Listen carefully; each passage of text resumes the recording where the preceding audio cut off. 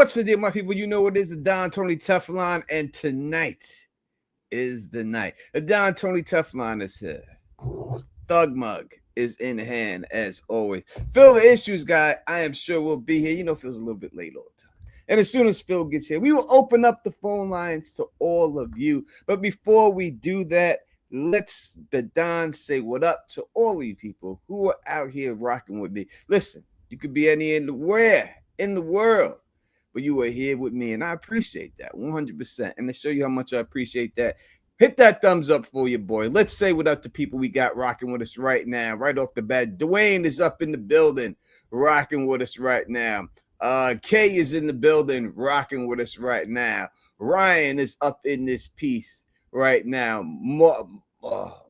Morris, I'm just gonna say M, man. I'm gonna butcher that shit. Let me just say M. Tim is up in here rocking with us. Bill Trott is in here rocking with us right now. We got Samuel's up in here. Astro is in the building. Our girl Carla, way from down under, the land down under, is in there. Good day, my lady. Hope everything is good. Davey is up in this piece rocking with us. Lights, camera, action is in the building. Richard is in the building rocking with us right now. Saucy. If I hit your thing, it'll disappear. Saucy's in the building rocking with Eugene is up in here. Garden Gal is in here. Christian Pickles is up in this piece. Powerful AD is in this piece. Jordan is up in this piece. My man H Lover is in this piece rocking with us right now.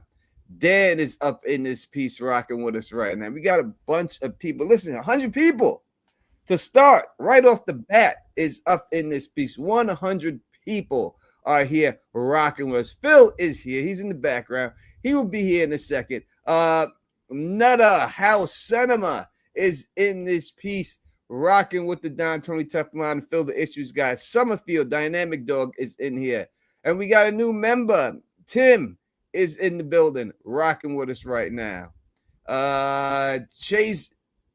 Chazon is in the building rocking with us right now. Dre 5000 is in the building rocking with us right now. Zach is up in here. Rico, I guess I should say it the way it's supposed to be said. Rico Suave is in the building rocking with us right now. Right? Y'all probably didn't think I know that song. Right? Come on, man. Come on. This is the Don. Amy is in here rocking with us right now. You know the Don knows everything when it comes to hip-hop music. I know everything when it comes to hip-hop music. So what up? Tonight is the night. So happy. We'll give more shout-outs in a little bit. Over 100 people up in here right off the bat. So hit that thumbs up for you, boy. Let's get 100 likes up in there, and let's get this going. This is going to be, every week has been better and better. So we have no reason to think that this one is not going to be even better than that. Even though we are down to our final serial killer Suicide Squad member. We're down to the final one. And I do not believe that this man is going to be much a threat. You know what I mean? No, I do not believe. Oh, my God. Martin, so he's got COVID right now. Get better. Don't not take it seriously. Just chill out. Take your aspirin, your Advil, and chill. I had it twice, and I know it's not fun at all. So just take it easy and relax. Drink lots of liquids, and you shall be fine. You shall be fine. And if you can, I'm not a doctor or anything, but anytime I get like chest congestion, I take NAC is the vitamin I take, and it really clears it right up. So, but don't take the Don's word on it. I'm not a doctor. Do what's right for you and stuff. That's just something I do. All right, Garden Gal is in here. Now, look, the last of the serial killer Suicide Squad is in the building, Big Al. And I do not believe Al's going to be this big threat. I don't think Al's going to do anything. I think Al's going out quick. And if you watched the little preview they give you a little preview now every week of what's going to happen this episode. And you seen the way Dexter was talking to him. It's a wrap for Al. Al's going to be no threat whatsoever. Al's getting got. And he's going to get got. And he's going to get got pretty quick when it's all said and done. I don't. He's not going to be. And I really wish they were more than a threat. Now, I've seen people in the DEXTER Facebook group, like people complaining that Dexter killed all the serial killers quick. They don't understand that Dexter is the apex predator, and that's what he does. Please listen, man. You cannot. And to me, the writing has been good, but to me, the Gemini thing was pretty sloppy. Come on, you do not have somebody kill somebody, and then at the end say, "Oh my God, he's a twin," and then just kill the twin. That's sloppy writing. It's sloppy. It don't work. All right. You can try to cover up and say what you want, but the bottom line, it was sloppy. And maybe if those guys would do it different if they were able to look at it and everything else. You know what I mean? Have I ever said who the Ripper is? I have never said who the Ripper is. I can't find the question. Went up too fast. We have over 130 people in here. But I don't think the Ripper is anybody from this season. I don't think it's Jonah Mitchell.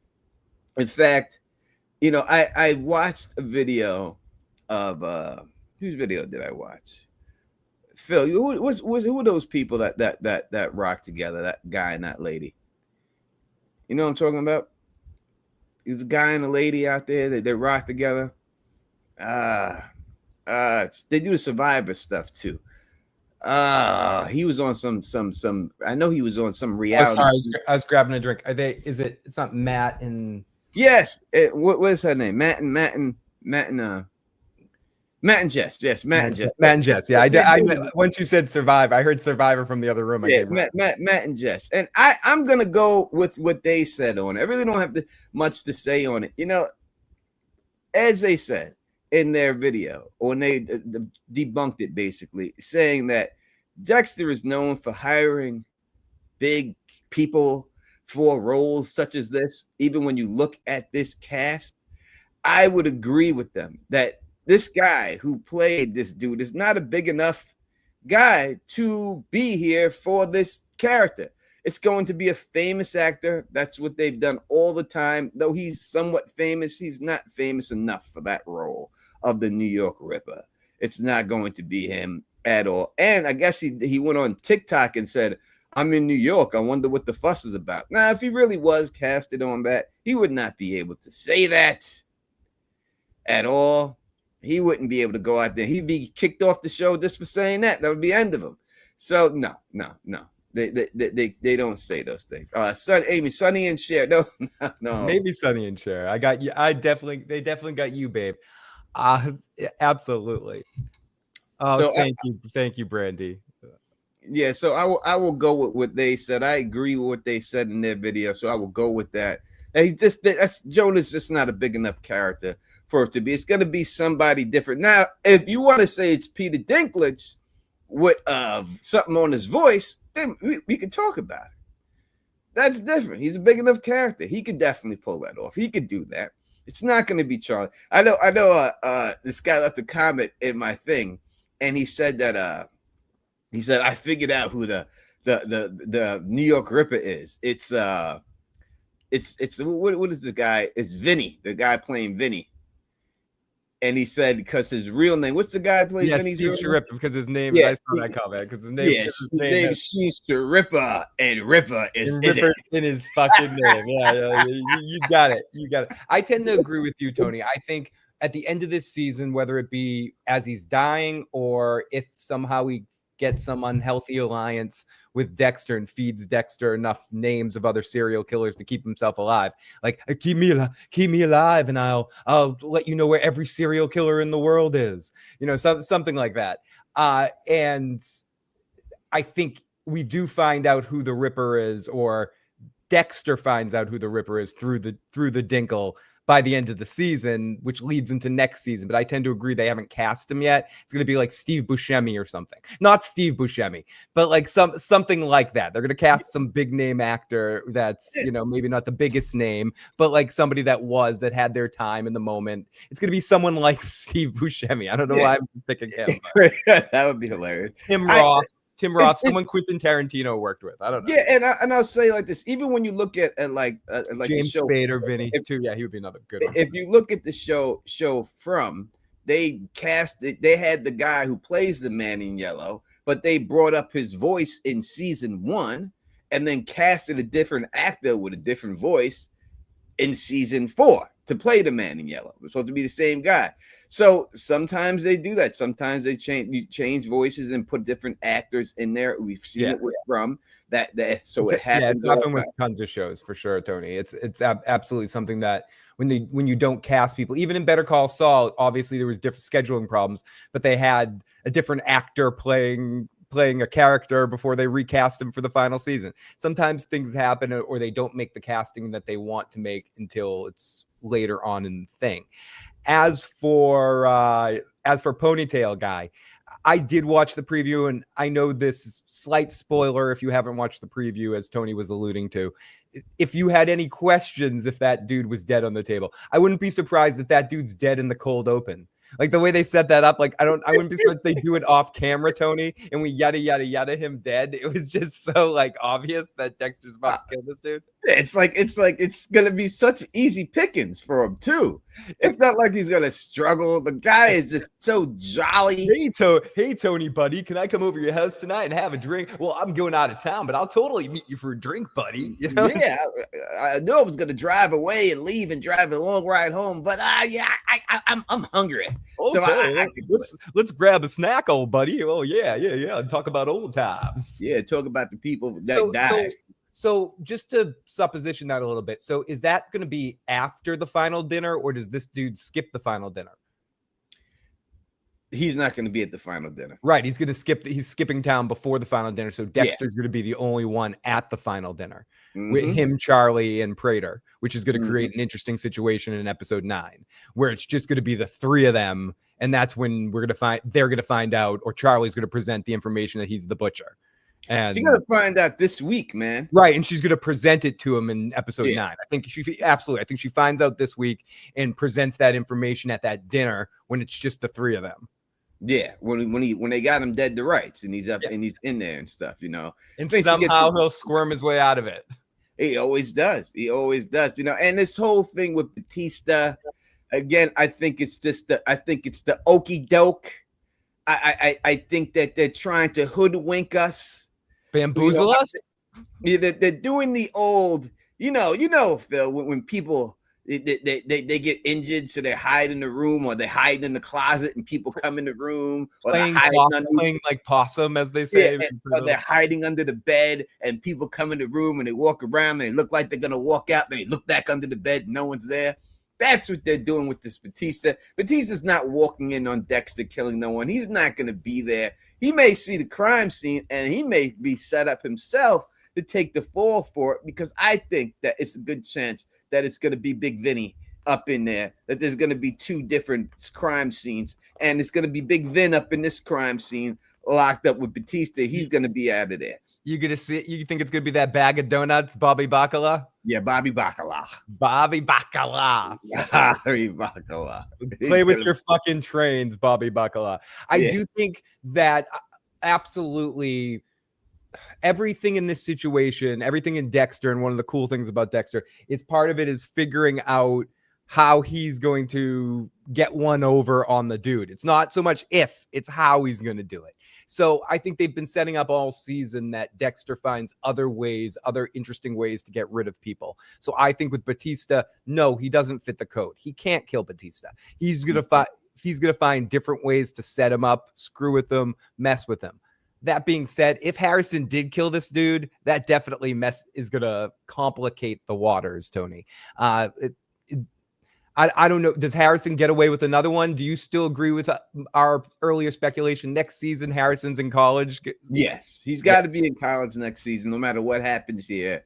He's got to be in college. He's got to be out there. They have to explore. It's got to be some type of Ted Bundy situation with Dexter in the college. You got Ted Bundy walking around. Not the same circumstances. No. He's not like Ted Bundy, but still a serial killer in college. I think that they're going to go that route with it. And I think you're going to have a lot of fun inside the dormitories and all the younger stuff and all, they're going to get back to that. Because again, I really think that they have plans for this actor going on forward in the future. So I don't think that anything bad is going to happen. Lady Dawn Ray says Dexter will know that Angel put the AirPods in there to keep track of him. So she will lead him somewhere to frame up. So 100%.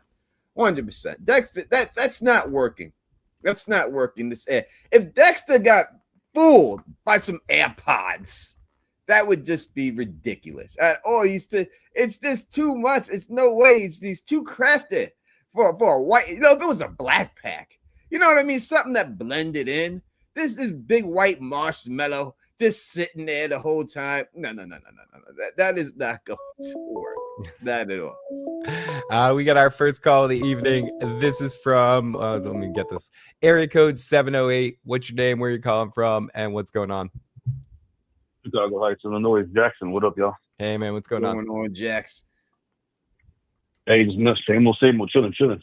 But I had a little thing to say about the last week's call that I was speaking on. I wanted to mention that there's a good chance I think Prater might be. Well, everybody was saying that this girl's coming back, Prater's expensive. I didn't know all that information, so it's kind of easier when you know the information to like pinpoint what might happen. But if Charlie's coming back and Peter Dinklage isn't coming back, I think that he actually might be the Ripper like everybody is thinking of. And I did my little research on back in the 90s, but he should be a kid, 80s or 90s, a reaching stick was made out of a hook and metal and looks like a meat hook / one of them old ones that you pull for the manhole covers. Yeah, listen, meat hook works for me too. If it's a meat hook instead of a manhole cover, it's the same item, right? So if it's to me, it's just when you have a weapon like that, I think the weapon has to be personal to that serial killer. That's why he uses it. So if it's a meat hook, then it has to be someone who's got something to do with some butcher shit. If it's a manhole cover, I think it's got to be someone who's like a plumber or in some type of union, or his family got fucked over by the union or something like that. It's Frank Sabaka. Well, what I'm saying is that Prater's a small guy. And if them reaching hooks back then were made out of the same material that looks like a meat hook, he was using it to reach stuff that he couldn't reach. Is what I'm trying to say. That's a very. I hear what you're saying. I have no knowledge of things like that. Like the only thing I'm used to seeing like that is what's that called? The gopher, where the lady squeezes it and it's got the little suction cups on it and they squeeze and they reach it. You know what I'm talking about? Is that what it's called?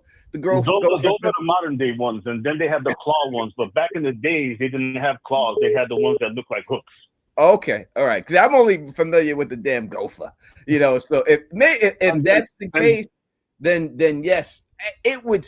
They do need a reason for Dexter to have a legitimate reason to kill him. So if they wanted to make him the Ripper because of it, I could see it just for the Dexter actually has a reason to take him out. And another thing, I don't know if you know, because you don't know about tools like that. The meat fishing hook that they use for ice fishing is the same thing as well. They look identical, have a handle. They're about 36 inches, 3 feet long. Yeah. So anyone, I would think that the person who does it has some connection to it, some person, if it's a fisherman, a butcher, someone who worked in the sewer, something like that. Sam the butcher he's busy. He stopped giving Alice the meat and he's the New York Ripper. We figured this shit out. The butcher. What is the butcher's name? Barty? Yeah, I think so. Is it Barty? from the Marty, I think Marty the butcher from the Brady Bunch, right? No, that's Sam the butcher. Oh, Sam the butcher from the Brady Bunch. Sam the butcher. Sam was the one giving it to Alex. Yeah, Sam the butcher bringing Alice the meat. I had to mention that because I did a little research on it, and I was wondering, well, Prater's a small guy, and they're trying to go for that route. Then I can understand why people may have been saying what they were saying about him being the killer. I don't know. I do want to mention that I do think, which I was saying in the chat earlier, that Tanya Martin is the mother of Uma Thurman, Charlie, from Original Sin. All right, I've seen this theory of the original thing that that it's the mom, or yeah, that's the mom, and the time fits. I can't say that it is. The time fits in the slides too. Like how did she end up getting the slides? I don't. As I said, I heard the theory. People put it in my comments. I heard that one. That kind of makes sense in a weird way. I mean, it's not. I can't. I would never try to discredit it, so I can't. But are they going to do that? We'll see if they're really going to reach that deep for it. I don't know if she was ever a part of the FBI, so we'll see. She did have a gambling problem. There's no doubt about it. She was gambling a little bit there. Maybe it is. She left before Dexter, the original Dexter. She was gone. But she just. I mean, that's supposed to be Charlie, for all of them. Charlie's not that much older than Dexter, and I don't know. And Dexter was just about close to her age in the show, so I don't know if the time frame works for me. Oh, okay. You mean the mother or to Charlie? You're saying Sarah Michelle Gellar's character is Charlie's mother, right? Yeah, Tanya Martin, but wasn't Batista closer to Buffy. Dexter's age than Tanya was? I mean, if you look up Sarah Michelle Gellar's age online, she's the same age, just about the same age as Michael C. Hall. Oh, so you're going by basically what they are in real life, not what the. Okay. Even they can't go too far from the show. Charlie is the same age as Michael C. all around the same age. I just don't think the timeline fits for that. Yeah, Michael C. Hall's 54. She's 48.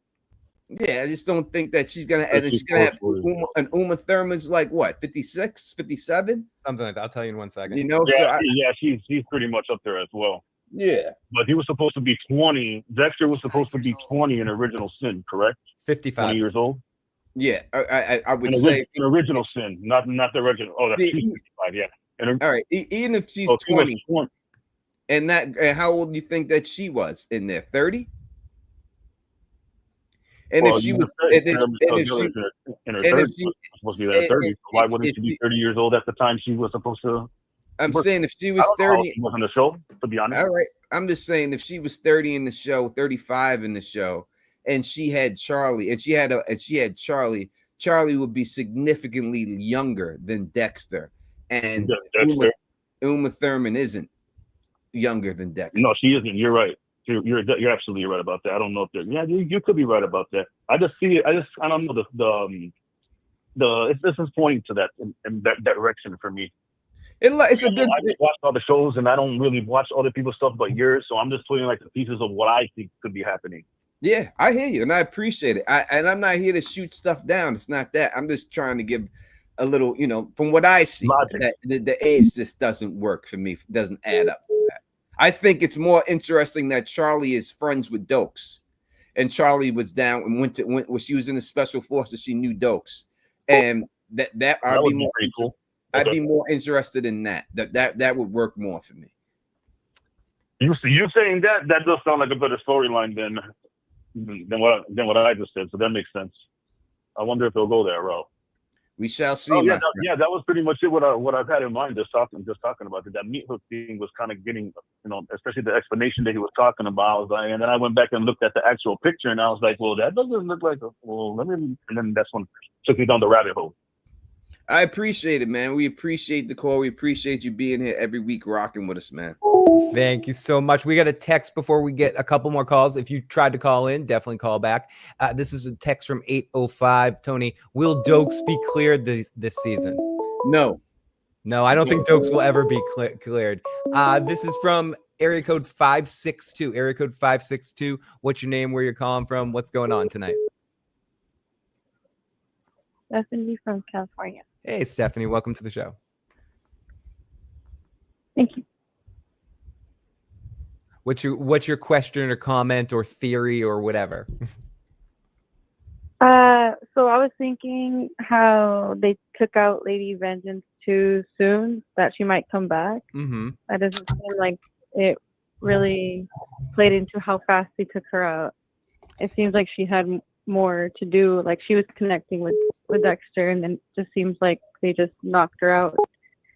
But it seems like she's gonna come back, and if not, then they have something going on with Prater that he knows he's in on something, because I don't think he'd be that clueless.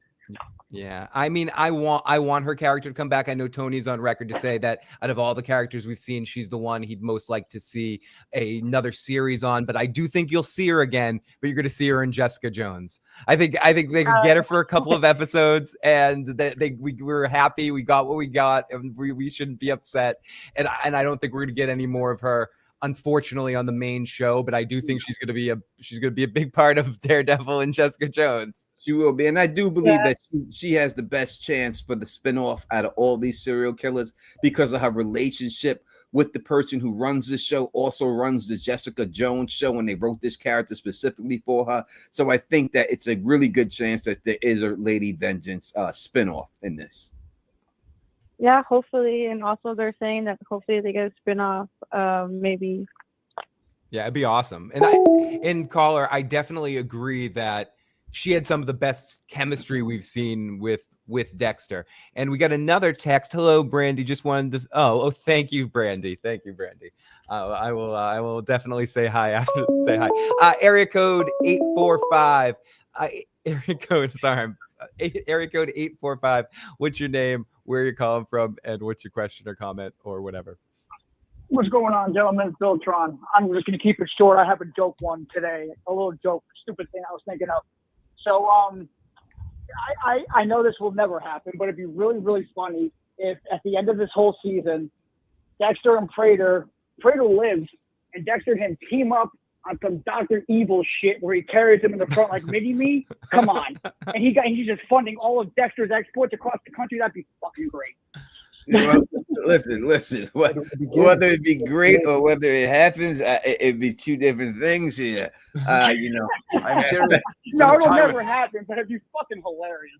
All right, that's all I had to say, guys. Sorry. Well, no, it was more than worth it, my friend. Thank you so much for the amazing. If you want to go down the rabbit hole that Prater knows, there's only one way I can see that go. You take the call. We'll take the call. They must have had now they're back. Okay, there it is again. Let's see. Let's take this. Area code 917. What's your name? Where are you calling from? And what's going on? New York City. Yep, Duvid, Brooklyn. Nice.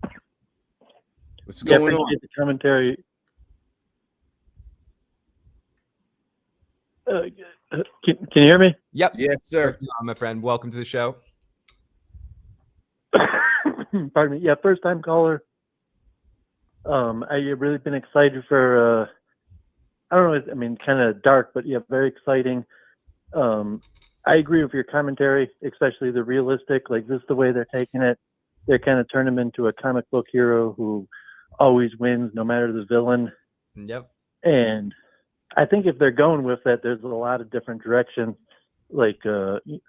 And I think the most interesting thing, I mean, maybe you have a comment on why they didn't try to do some sort of social commentary instead of making like a comic book villain in Prater. They could have went more Epstein or Trump or Elon Musk, try to give us some insight into like some actual like QAnon cabal that includes sadistic serial killers and all the other QAnon stuff or something like that. But they're not really giving us any meaningful social commentary. It's just kind of like greatest hits. I mean, at this point, they might as well make them like Jigsaw and let them torture the guys like in the books. Well, I will say they did give us an Epstein moment in there. So if you want to call that commentary, they did do that. But as for, I'm glad, in all honesty, that they're not going into things. I don't need to see all that. I deal with that in my real life. I don't really need to see it in there. But they definitely did give us an Epstein moment in there. And I don't think that was, they didn't realize what they were doing when they did that. Well, I mean, just if they're going to make him like a superhero who easily takes out everybody, they might as well have made it look like an actual, like type, I don't know, like billionaire cabal that conspiracy theorists think exist, as opposed to this comic book one. Well, I mean, I understand what you're saying.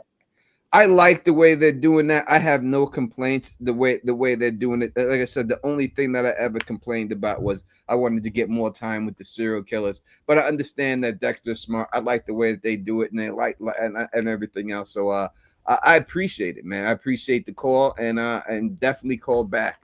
And free hat. Your commentary is awesome. Thank you. I appreciate that, man. For the levels of understanding. God bless. Ah, this is great. Great call. Great call. Remember, free hat. Thank you so much for becoming a member. Really appreciate that. Ooh, that we got the calls are off the hook tonight. Everyone's so excited about the episode. Let's take this one first. This is 280 people in the building. Thank you so much, everyone that's watching. This is area code 470. What's your name? Where you calling from? And what's your question, comment, or theory? Hey, I'm Mitchell. I'm a huge fan of Tony Teflon. I actually had a theory for the next episode that comes out tonight. Let's go. I feel like Charlie will actually be suspicious, and her in the trailer saying, like, let me do my job, is she's trying to like kind of track down Red and see what he's up to, because she's suspicious, obviously, of him killing Gemini. So I think maybe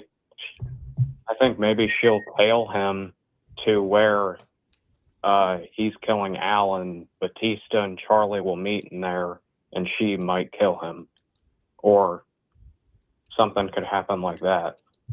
Yeah, I 100% agree. She's been suspicious from day one with this guy. When she looks back at everything, how his fingerprint didn't work, and his fingerprints are all over there, his real fingerprints. They just have one glass in there from any time period. It wouldn't be hard to track down. Again, there's a reason why they had Batista put him back alive and change the death certificate. There's a reason why they did that in early on in the show. And I believe that reason is that someone's going to get a fingerprint or something, and it's going to show that he's alive. So I think that's the way it goes down. And that's how Charlie's going to bust him in the end. Yeah, I think that too. And if that theory doesn't happen, I think that Charlie will definitely be the one to figure out who he really is. Yeah, 100% in that too. Yeah, it's going to be Charlie. Yeah, well, thanks for having me on. That's all I had to say, but love your videos, dude. Thank you, man. Appreciate it 100%, man. Salute. Tony. Oh, well, I was just gonna say we got a text too, and everyone in the comments, as we're saying this number, we can also take texts on it as well if we're missing your comment for whatever reason. This is area code 620. 620. What's your name? Where you calling from? And what's your question, comment, or theory? My name is Brad. I'm calling from Dodge City, Kansas. Hey, I have no real predictions about where it's going to go this season, but in general for this series, I have a theory that at the end of the game, Dexter he's going to either get caught or killed, maybe both, and he's going to become to Harrison what Harry is to Dexter. I don't know what you thought about that. We're going to see Ghost Dexter all around. Tony was talking about that a little bit in our last stream too, I agree. We could see something. If we ever do just get the Harrison thing, Tony, I could definitely see Ghost Dexter showing up. Yeah, if we get the Harrison series and Michael C. Hall is with it, then yes, we get that. Yeah, absolutely. But still, I really appreciate it, guys. You guys, I really enjoy your guys' show. God bless. That's all I got. Oh, well, we really enjoyed your people that really enjoy us. So thank you so much. And quickly before we get to the next call, hey guys, so how are they going to keep Batista chasing Dexter for 3 seasons or maybe more? 1 second, 504, call right back. Batista, too many calls everywhere, Tony. We got calls all over the place. So how are they going to keep Batista chasing Dexter for 3 seasons or maybe more? Won't that get old pretty quick? Do they keep Batista off screen for a few episodes? Do you think they put Batista on ice next season? Well, if he goes to jail right now, and Dexter joins the New York City police as a forensic officer or something like that, and he goes to jail or something like that, then you got rid of him for a little while. There's easy. I would like to see Dexter do some blood splatter work. I liked it when he did that little analysis thing. It felt like old times. We haven't seen him do that in a while. Yeah, So we could possibly see a reunion of that too, especially helping Harrison in school. Area code 862. What's your name, where you're calling from, and what's your question or comment? Hey guys, how are you? I try to catch you guys as much as often. My name is Victoria, and I'm like Dexter obsessed. I think I've watched every Dexter episode. Dexter like a billion times. But I just want to make a comment about tonight. What I think is going to go down is I don't see Dexter killing Batista. I'm hoping not. I think what's going to happen, in my opinion, is that Charlie's going to follow Dexter and probably see him interact with Batista. And I think she may be the one killing him, in my opinion. Killing Batista? I don't know. But did you say did you say Charlie's gonna kill? I see Dexter kill Batista. Did you say you said Charlie you think might kill Batista? Yeah, because I think she's gonna see maybe Dexter interact with him and figure out that he's like a cop or something. And I think she may off him.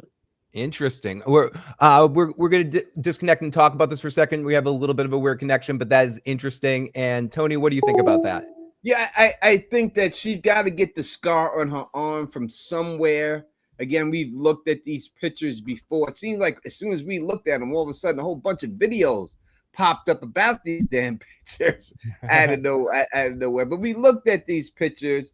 And we've seen them, if I could find them, because they put everything all crazy in this spot. And we know she has the scar on her arm. I'll find it again. Here we go.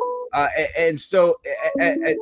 1 second, caller. 1 second, caller. It's all right. You can talk to the caller, too, while the picture's up. Area code 832. What's your name? What's your question? And where are you calling from? Yo, what's up, man? I'm JJ from Houston, man. Great show. I love y'all, dude. Y'all make everything great. Oh, thanks, man. Just kind of going off what the lady said, man. I kind of do agree that Charlie is going to be the one to kill Batista, but at the same time, I have it. It'd be nice, like if Dexter is there with him, like while he's dying, and tells him everything, like, oh, hey, Deb is the one that killed LaGuardia. I am the Bay Harbor Butcher, and so. At the same time, Batista dies. Batista gets that piece, and they end up kind of being. Let me put it real quick. There was a scene that I seen of them filming the show, and when they were filming the show, Batista was running through the subway system. So we haven't seen that happen yet. And it was his son. His son is his body double, and his son was running through there. So it was like using his son as the body double. So we have to see that scene. I don't know if that scene happens this week, but you have to see the scene. Also, Angel is in from IMDb up until 10 episodes, right? So he's in every episode this season. So I just don't know how Charlie would be able to take him out like that. Yeah, I hope it doesn't happen this episode, man. I hope Batista survives the whole season. I love him. It'd be kind of messed up for him, but I mean, at the same time, he's going after the Bay Harbor Butcher, dude. Something's got to happen. There's no doubt about it. Man, that's all I got, man. I just wanted to call in. Thank y'all, man. Y'all great. Keep y'all's good work up. Appreciate you. We have over 320 people in the building. Make sure you hit that thumbs up. We should have at least 250 likes, people. Come on. Let's get those likes up. That's not hard to do. Make sure you subscribe to the Don Tony Teflon and Phil the Issues Guys channel. Make sure you go to Phil's channel and subscribe to the channel over there. Please do so. And again, when we look at this picture with Uma, the sexy, I would say, Uma Thurman, we could see this is when she pulls the gun on Harrison, and she definitely has a bandage on her arm. Go ahead, Phil. You can take the call. I clicked the wrong call. Right back. 512. So I think when we look at this, She figured, obviously, she knows who Dexter is at this point. She knows that Harrison is Dexter's son. She was in some type of melee. She has the cut on her arm. She must have tried to intercept Dexter. He has to cut her in some way and get away from her. And then she hunts down Harrison, and she's going to take Harrison as a prisoner. I think that's how this is going to go, to bring Dexter, force him to come to Prater's mansion one last time. And that's how it's going to go.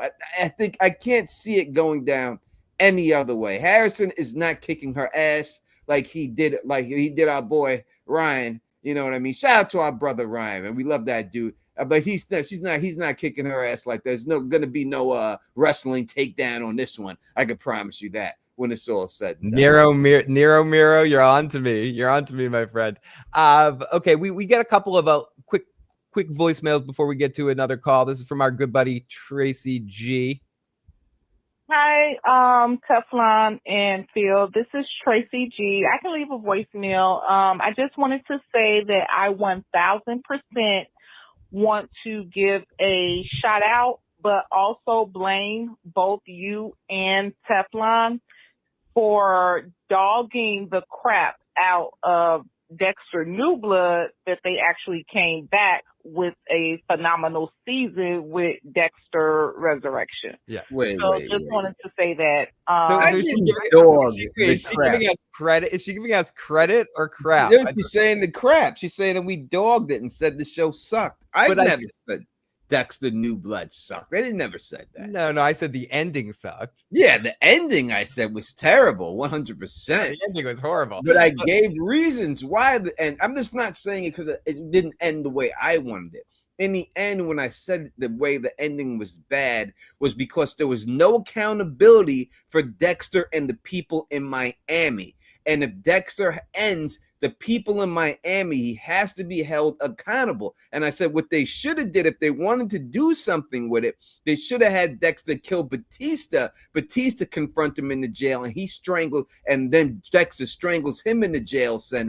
Then we start having some accountability versus the people in Miami. And the fact that he got out scot-free made me say that the ending was terrible. And that's what I was saying. So I wasn't hating on the show. I love Molly, sexy ass Asian woman that she is. You know what I mean? I liked everything else about it. I liked the whole Kurt storyline. I didn't like the billionaire because that didn't go anywhere. It's another situation where they show a guy with a helicopter and he does nothing. But besides that, it was really just the ending. So I didn't dog it. I liked the new show too. And I covered the new show. I didn't have a chance to finish it covering it, but I was covering the new show too. So I have to disagree that I dogged it. I did say the ending sucked, and I'll stand by it.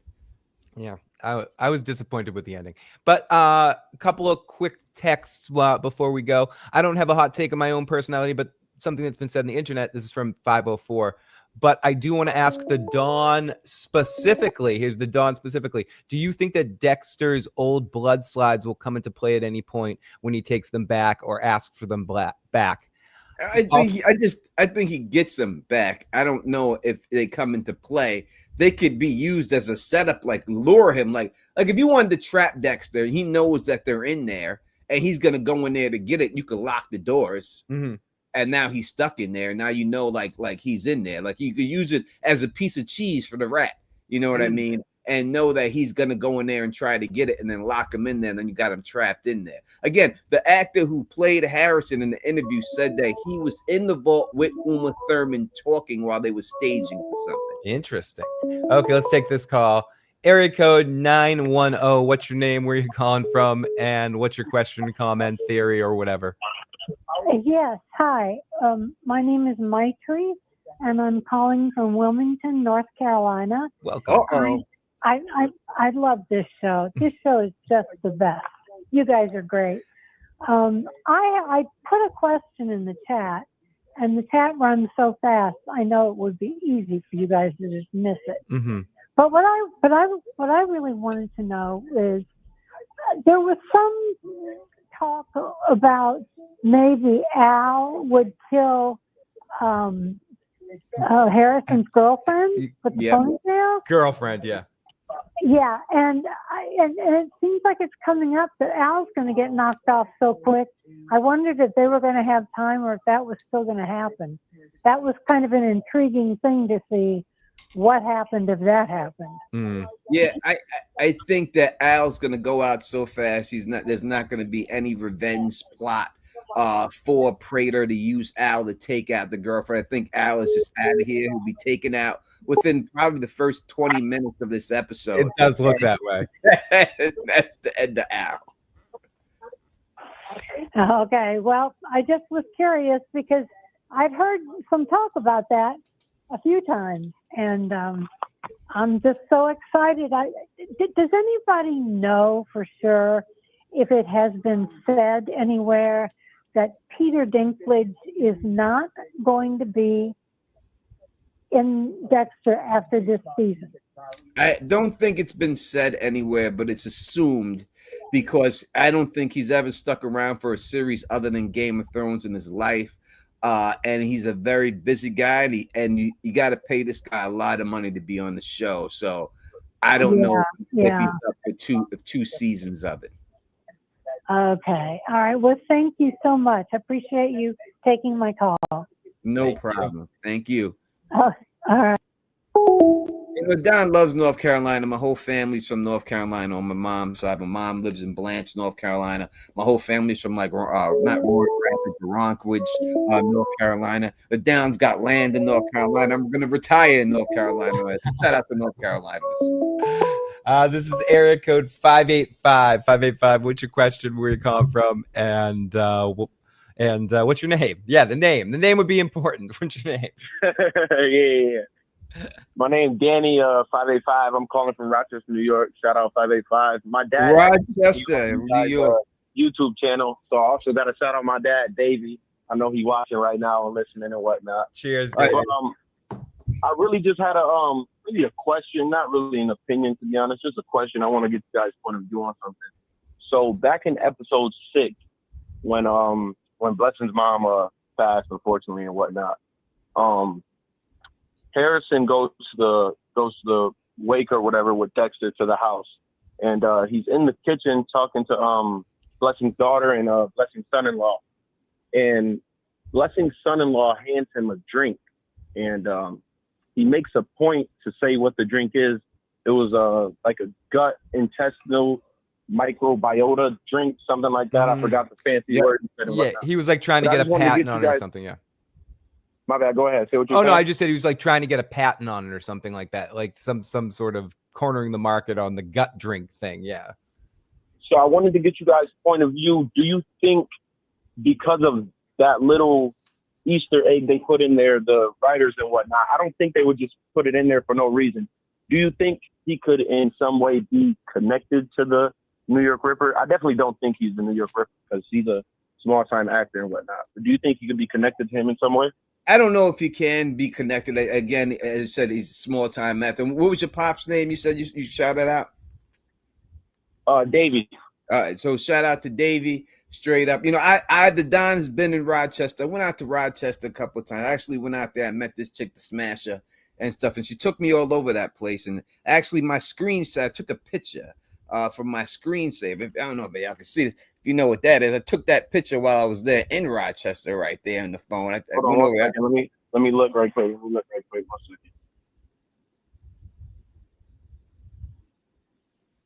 One second, my fault.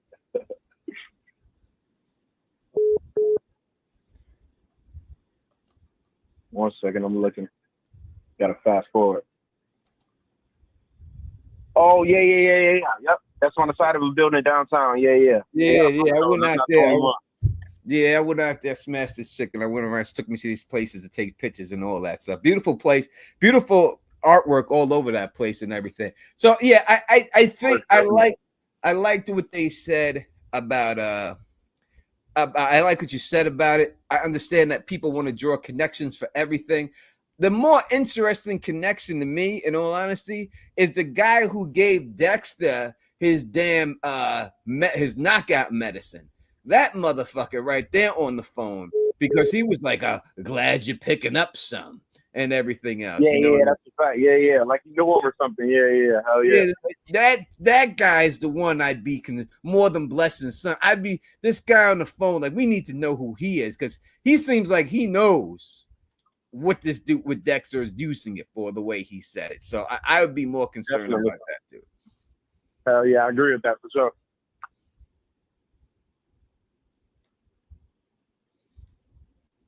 All right. Anything else, Appreciate your George? time and whatnot, guys. Though, but yeah, shout out my dad again, and 100%. keep going with the show. I fucked with it and whatnot. I'm gonna be watching this shit. Great. That's what I appreciate you. Appreciate you. Yeah, and other people like the Don travels all over to New York. Yeah, I did. Area code 7727. What's your name, where you calling from, and what's your question or comment or whatever? My name is Mark. I'm calling from the state of Florida. Hey, Mark. And how you guys doing? Doing good, brother. How's everything? Great, man. Yeah, I was just calling in because I don't think that the Gemini thing is done. I found it very odd that the first Gemini brother who was killed, Dexter had his setup, didn't let him talk, which to me in hindsight is weird, considering he knew about the thing in the book, and for Dexter to just take the answer of, oh, it was for me, and not question him and just kill him because he's just sick of hearing it from him, didn't really make sense to me. The second, but real quick before you get to your second point, let me just say, he was rushing to get that done because the people upstairs. So he was really just trying to get that kill done as quick as possible. So he didn't really have time to go through all of that. And I don't think he wanted that guy to scream or anything like that or cause any confusion, because we know that you can hear the downstairs from the upstairs and vice versa. Okay, that's true. The second kill, though, which got me as well, is that it had to be like a hasty kill. And when he has like the thing in his neck and he's down, he sounds like he's gurgling about something about his brother. So I got to thinking possibly triplets, which I don't believe, but I'm starting to think is that there's three brothers and the older brother is the Ripper. I don't see, the whole thing would be this when dealing with them with the Ripper. It would be, where are they stationed at? Like, we only one we really know. We know Al's from he's from Green Bay, Wisconsin, right? Like, they specifically say that. They don't really say where the other ones are from. If he's not killing in New York or anything, and you know, Lady Vengeance is her first kill in New York, so she's not from New York. And I'm gonna assume they're not from New York either. You know, I would think he's probably from California since it captured so much press. You know, he's probably from somewhere over there. That I just don't think that they're gonna go. To me, the New York Ripper is just something from next season, and I don't even think they have it fully fleshed out yet. Maybe they have the name, they have what he's gonna do, and he's just gonna be the big bad for next season. And Dexter could team up with Claudette as a new blood splatter expert to help track down the Ripper and then kill the Ripper before she catches him. It's certainly possible, but caller, with all due respect and all, the Gemini's done. We're not going to hear that name again for the rest of the goddamn series. Everyone needs to eat your cake. It's done. It's over. It's happened. The cake went bad. Eat it. There's no triplet. There's no more family of the Gemini. I'm sorry. I just don't think it's gonna happen. I'd be surprised if it does. Caller, you call back in and go, Phil, you're effing wrong. Shut the fuck up, Phil. I want to hear it if I am, but I'm no goddamn way that's happening. This was like such a way out of left field thing for me to even think. I love it. I love it. How crazy would that be? Yeah, it would be crazy, but it'd be silly also. You know, I just think that all these characters, there's not going to be no Lowell's son coming back for revenge. It's not going to be Rapunzel's daughter all of a sudden comes back to get him. It's over for these characters. Once we're done with them, and that's just going to be it. It's, again, I didn't like the way they were all used. I thought they were used pretty fast, but it was a way to get everybody interested back in the show and everything else, and I think they did their job when you look at it like that. And caller, it's been a great season. So yeah, caller, thank you so much. We're getting a lot of calls tonight, so we might jump off quick so we can try Take to care. get to everybody. This is area code 870. What's your name? What's your question? And what's your business? That worked last time. Hey, how's it going? Yeah, I'm Jason. I'm from Arkansas. I was curious. What do you guys think about Quinn possibly knowing that Dexter is the Bay Harbor Butcher, considering, the original series? I don't know. There's a chance, I think, that maybe he already knows that Dexter is the Bay Harbor Butcher. He's seen Dexter kill the dude, right? Like that shot and killed his sister, and he let that go. So at least he knows Dexter's capable of that life, right? So I think if he didn't know, it wouldn't take a lot to push him over the edge to that side. Yeah, exactly. And like with Lundy, killing Lundy in his van, or is that his name, Lundy? I don't know. And getting the blood on Quinn's shoe. I might be confusing my character names, but the private eye that Quinn had hired. It's not Lundy. Yeah. I know what you're talking about. It's a guy who looks like Lundy, the other old guy, and stuff. Yeah. I couldn't remember his name, but I don't know. I thought maybe that could be something that comes into play, but I don't know. Maybe they'll save that for another season or next season. Stan Liddy is that man's name. Stan Liddy. Thank you so much, Stokely and crazy fan for putting that in there. Someone played by the guy that played RoboCop. What's his name? Yeah, RoboCop. RoboCop. Yeah. I get all my old dudes confused. I don't know. I can't remember. We all after a certain age. Yeah, we all blend. We all blend, man. Thanks. We all blend. Callers, you're done. No, I'm kidding. Love you, buddy. Great call. I just saw I had another one coming in. But yes, we all blend after a certain age, Tony, right? Area code 321. Welcome to the show. What's your name? Where you calling from? And what's your question, comment, or whatever? Hey, it's Ryan from Florida. Hey, Ryan. What's going on? Going all right. Hey, guys. Hey, Phil. Hey, Tony. Great show. Cheers, my friend. Yeah, I just got some stuff to say about, Phil's right about Gemini. There is no other Geminis out there. That stuff's history. They're kind of just, I guess, pump starting a show, trying to get Dexter just to off some people. There was like a 2-minute thing talking about Rapunzel going to see Hamilton. So he invited him to lunch. So that'll be something. Yeah, skipping town. It's interesting how many times this season that Dexter has, like, he almost wouldn't have gotten, like, in that situation if he didn't talk to.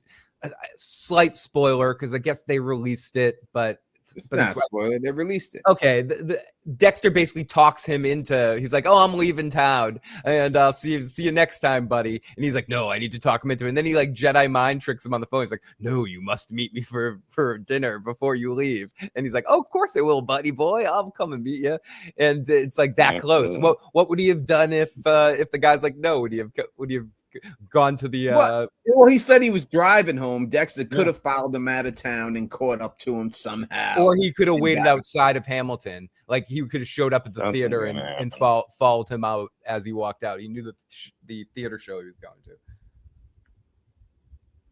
Yeah, definitely. So as far as Quinn goes, I would say if Quinn ever came in the picture, they'd say, I mean, he saw what happened to Liddy back, when he was investigating Dexter. He's like, he disappeared and he died. So he knows Dexter's dangerous. He's in this episode, Quinn, right? This is his episode. This last episode he's in this episode right here. So we'll see what happens with Quinn tonight. It's just, to me, it's just going to be a phone call. It's probably going to come from Claudette. Is probably going to do some checking up. Because probably Batista is this Batista guy crazy? Well, tell us about this Batista guy. Something, you know what I mean? They should do some due diligence and probably speak to it then, and that's what I would think. Your friend Batista's been caught at a murder scene, and he's claiming he knows who the Bay Harbor Butcher. Do you know anything about this? Something like that. Definitely. I mean, Angel's a little over his head possibly because Dexter's got a pretty crazy circle around him following him. So, And I mean, I guess he might get involved. And we could possibly get a preview to him being more of a part of the next season, saying something along the lines, well, I'll be up into New York in a couple of months or something. I don't know.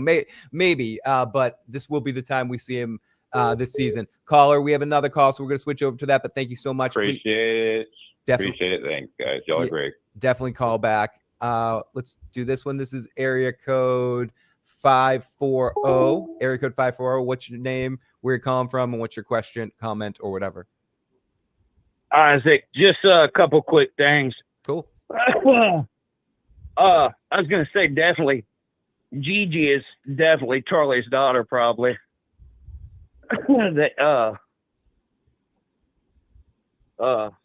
Yeah. Who is Charlie's daughter?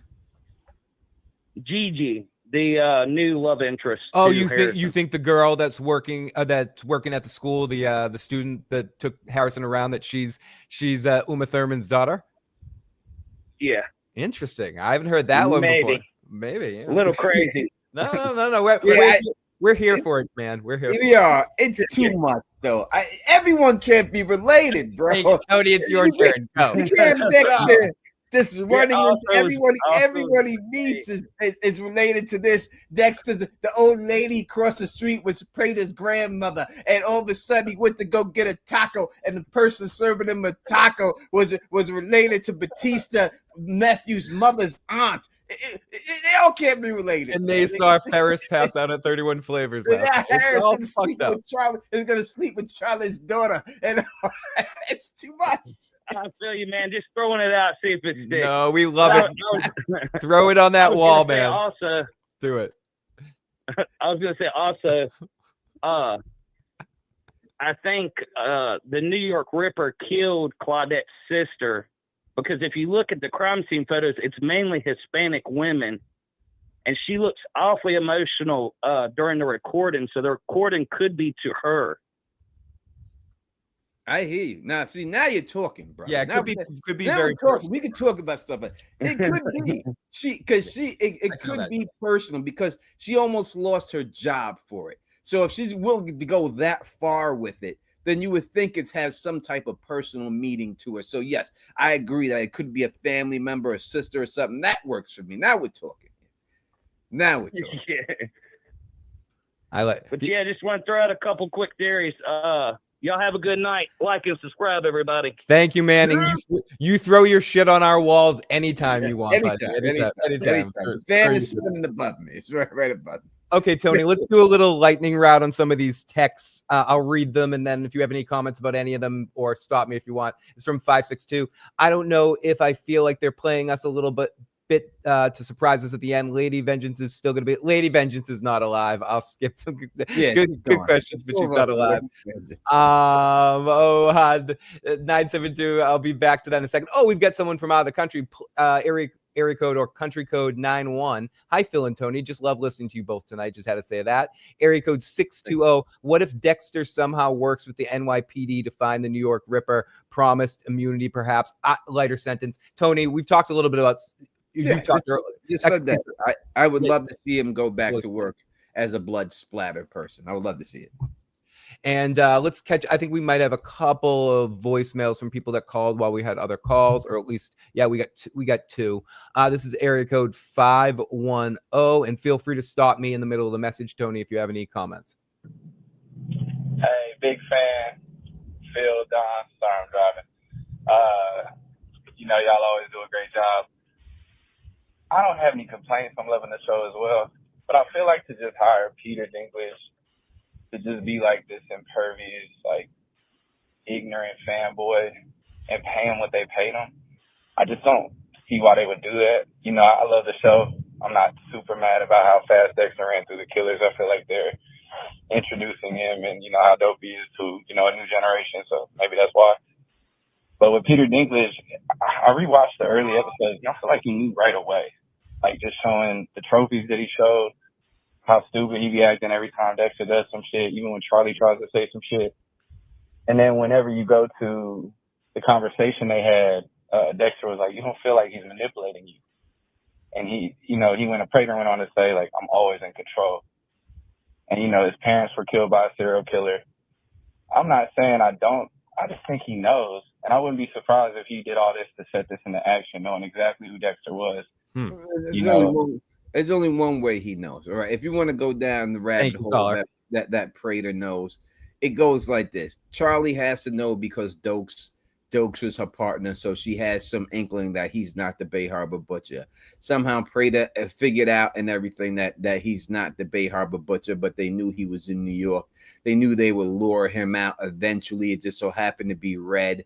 You'd have to then believe that they did the whole thing with the fingerprint and everything like that just to set him up. And they knew he was going to be able to pass that. And then he gets inside there, and then that's it. Now you could say after he figured it out, he thought it was Red, but then after the first meeting he had with him, Prater, he figured it out by the way he touched the blood slides. He looked back off camera and seen the way he touched it, and Charlie had some connection with Dokes, and they put it together right then that he was the Bay Harbor Butcher, but needed more proof. So he just kept playing along, and then he's going to spring the trap on him. So it could go that way that Prater knew the whole time. That would be the only way. It would have to be after he seen him touch the blood slides, that triggered something in Prater to make him do some investigation, and he realized that then that he could be, but was testing the waters to see if he really was the Bay Harbor Butcher. That would be the only way I would see it that's feasible for it to have gone down. But I think he's just exactly what it seems to be, a fanboy of sorts. Here's another quick one as well. Hey, I'm Sebastian from San Francisco. I wanted to say that very likely, I'm pretty sure 100% that the inmate's number on top of Leon's letter is going to be used as a code to enter the Leon's serial killer museum. When in there, in the serial killer museum, I think the most important item, I think, is the hook of the New York Ripper. Why? Because obviously the cops don't know about it. So it means that Leon Prater only got that hook directly from the killer. We've been. Oh, sorry, Carl. But I think that Dexter is gonna go into that museum, take the hook, make sure that the cops find it somehow, and that's gonna take the New York Ripper out of retirement. That's what I think. Interesting. And so I've started to talk to the caller like they were there. He's basically saying that Dexter uses the hook to frame Prater as the New York Ripper, or something. Uses the hook, gives it to the cops, and that gets the New York Ripper active again because he doesn't like that the weapons out there in the public. Well, I think someone would have to kill like the Ripper to make him upset. Yeah, like a copycat. Like a copycat thing, and do it sloppily. And that would get him out of it, I think, if he did something like that. Dexter could frame Bobby Bacala's murder as a Ripper murder when he finds out. Yeah, if there is a Bobby Bacala murder, but he could use that. That would be great if he made it look like the New York Ripper to protect Harrison, because he knows another body bags would put up too much suspicion to him. Yeah, so if he did that New York Ripper style, then that would be amazing if he did that. Yeah. No, absolutely. I think we got a couple super chats. We do. I'm going to take all your super chats and everything at the end of the night. I'm going to go with, because they stay here, but all the people who became members and all these super chats, I'm going to add y'all to the raffle. I'm gonna get your names down, write them down, and I'm gonna put it on the raffle board, and then we'll do the giveaway. Probably Sunday we'll do the giveaway, so we get more people to donate stuff and everything else, but we'll get you in there for the raffle. So I'll get my book and everything. I'll do it on my phone, put it all in the raffle, and I put you in there, and we'll get you all in there for the raffle, for the Dexter blood slide giveaway. How are we gonna pick them? We're gonna put them in a roll the dice. In the wheel. They got that wheel. Oh yeah, you can spin the wheel. Yep. I'll put all the names in the wheel, and then we'll hit the button after that. But I'll copy down the names from all these super chats and stuff. But we'll go through them for the ones who did send. We truly appreciate it. We got our brother Jeremy gave us thank you so much for that, brother Jeremy. And we also have a free hot. Do you guys think Quinn has a good enough? Do you think Quinn has been a good enough cop these past 10 years to become the new captain of Miami Metro? Now, I hope not, because that means that department sucks. So no, I don't think so. I don't think so. Quinn is always on the take. He's dirty. So yes, this is television. Yes. Yeah. Ryan Rumble, you keep going strong, y'all. Nice talking to you. We really appreciate nice You're talking the best, to you Ryan. also. And Tree D, hi guys. Love the pre-game shows. Last time you said Gemini will kill Elsa and her son. Do you think Elsa will be king? Yes, I did say that 100%, and I felt they were going that way, but unfortunately, these writers are not as good as me, and they didn't see it that way. They should have done it the way I did it. It would have been a better show when it's all said and done. If they would have did it the way I told them to do it, just do it that way. But I don't think Elsa is going to be killed off this season, unless it's by Charlie or something like that. But it won't be by serial killer that get rid of him and stuff. Yeah, I don't think so either. We do have a bunch of texts, but please keep calling on in as well. This is a long one, but we'll read a little bit of time. I gotta go grab a drink. I'll be right back. And I will read this one. I'll try to catch up on a couple of these texts. Area code 562. Do you think Prater knows already what's going on? I don't think he knows already, but I think Charlie's definitely suspicious. 828. Hey, I love the content. I have a theory that the Ripper was Prater's guest that got uninvited. I was thinking about that as well, that the Ripper probably was a former guest and somebody that had some sort of falling out, or not even falling out, just a mutual like parting of ways with Prater at one point in time. I could absolutely see that be a situation. And that's something that's crossed my mind before as well. Caller 828. 865. Hey guys, it's Vinny from Knoxville, Tennessee. So if Dexter's working for the NYPD next season, then Batista won't be able to go after him. Dexter can get him a restraining order or something against him. I think in this scenario, Batista would be busy next season dealing with a bullshit court case because he's accused of a crime and he's caught in a murder scene with no alibi and made to look like he possibly was responsible for it. You got to remember too, also it said in there that Dexter says in the trailer, he says this all ends today. Like, so he plans on getting rid of everything in one. His plan, whether it goes or not, is to get rid of everything in one swoop. He wants to get the cops off of Harrison. He wants to get the Batista off his back in one swoop. So how does he do this in one swoop? So that's his plan. That's what he says. He's trying to get rid of everything, wrap it all up right here. But then the next episode is called Touched by an Angel. Right? That's the next episode. It's called Touched by an Angel. And that's obviously going to be a big Batista episode. Quick one. My bad. I confused Liddy with Lundy. You guys are great. As always, happy to see the Dawn and Teflon and Fill the Issues guy. Look forward to the show every week. And someone's going to do it again, 972. This is from Haley. I'm going to yada yada this a little bit, Haley. Hi, Haley. I'm the biggest Dexter fan. I watch the whole series all the time, once in a while. Also, I'd like to know. Oh, sorry. It's scrolled up.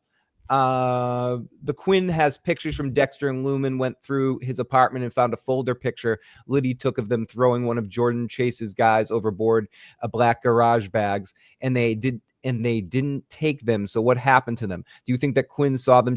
But I think a couple of things about this. I don't want to go too far down this comment, just to say, do you think, Tony, that we will get answers to stuff from Dexter Prime series, or is Batista going to be the only main character we get from the Dexter Prime series? It's going to be. I don't think it's going to be all that into it. I think it's going to be someone here. He's already outsmarted the Miami cops. It's going to be the New York City cops that catch him, Claudette, something like that when it's all set. And wow, area code 201. That is an amazing tattoo, and I will definitely show that to Tony as well. Summerfield, Dynamic Dog Train, thank you for the super chat. Says, hey, Tony and Phil, obviously Dexter kills Al at nighttime after the play. So in the trailer, who do you think is in the trunk of the car that Dexter is looking at in the daytime? Yeah, it could be him putting Vinny's body in the trunk. Yeah, it could and setting it up for the fall for that to be the body that that this dude Angel walks in on. It could be that. Make sure you still call in. We are here for the calls. You know the phone number to call in. We want you to call in. We have 353 people watching right now. Please hit that thumbs up. We should have at least 300 likes. Come on, 781-990-8509 is the number to call in. We want to hear from you. Someone asked if Harrison is not the Ripper. Sorry, 813. Love you. Thanks for the text. Not the Ripper. Harrison's not the Ripper. Blessings is not the Ripper. His Blessings' mother's not the Ripper. The lady who gave Dexter a hot dog at night is not the Ripper. Leslie, who interviewed Prater, is not the Ripper. Am I the Ripper, Tony? Could I be the Ripper? Ask me. Is the Walking David the Ripper? Cast the Walking David as the Ripper. Walking David is the Ripper. He's the Ripper. Episode 9 notes. Prater and Charlie will reveal a critical piece of information forcing Dexter to go to extreme lengths. However, Dexter attempts to set up a meeting with Prater. Harrison finds himself further estranged. That might be that sounds oddly specific. Yeah, well, he's reading the plot from the episode plot. From I know. episode. I couldn't think of the word, Tony. That's what he's reading from his stuff, but it's out there, so people want to be out there and everything. He said, I thought he got 2 hot dogs. He did get 2 hot dogs. He did get 2 hot dogs that day. So yeah, listen, not everyone's gonna be related, people. It doesn't work that way. It's like people say that, you know, from Eldon is Boyd's son. Why? Oh yeah, I love that one. I love that one. He's black.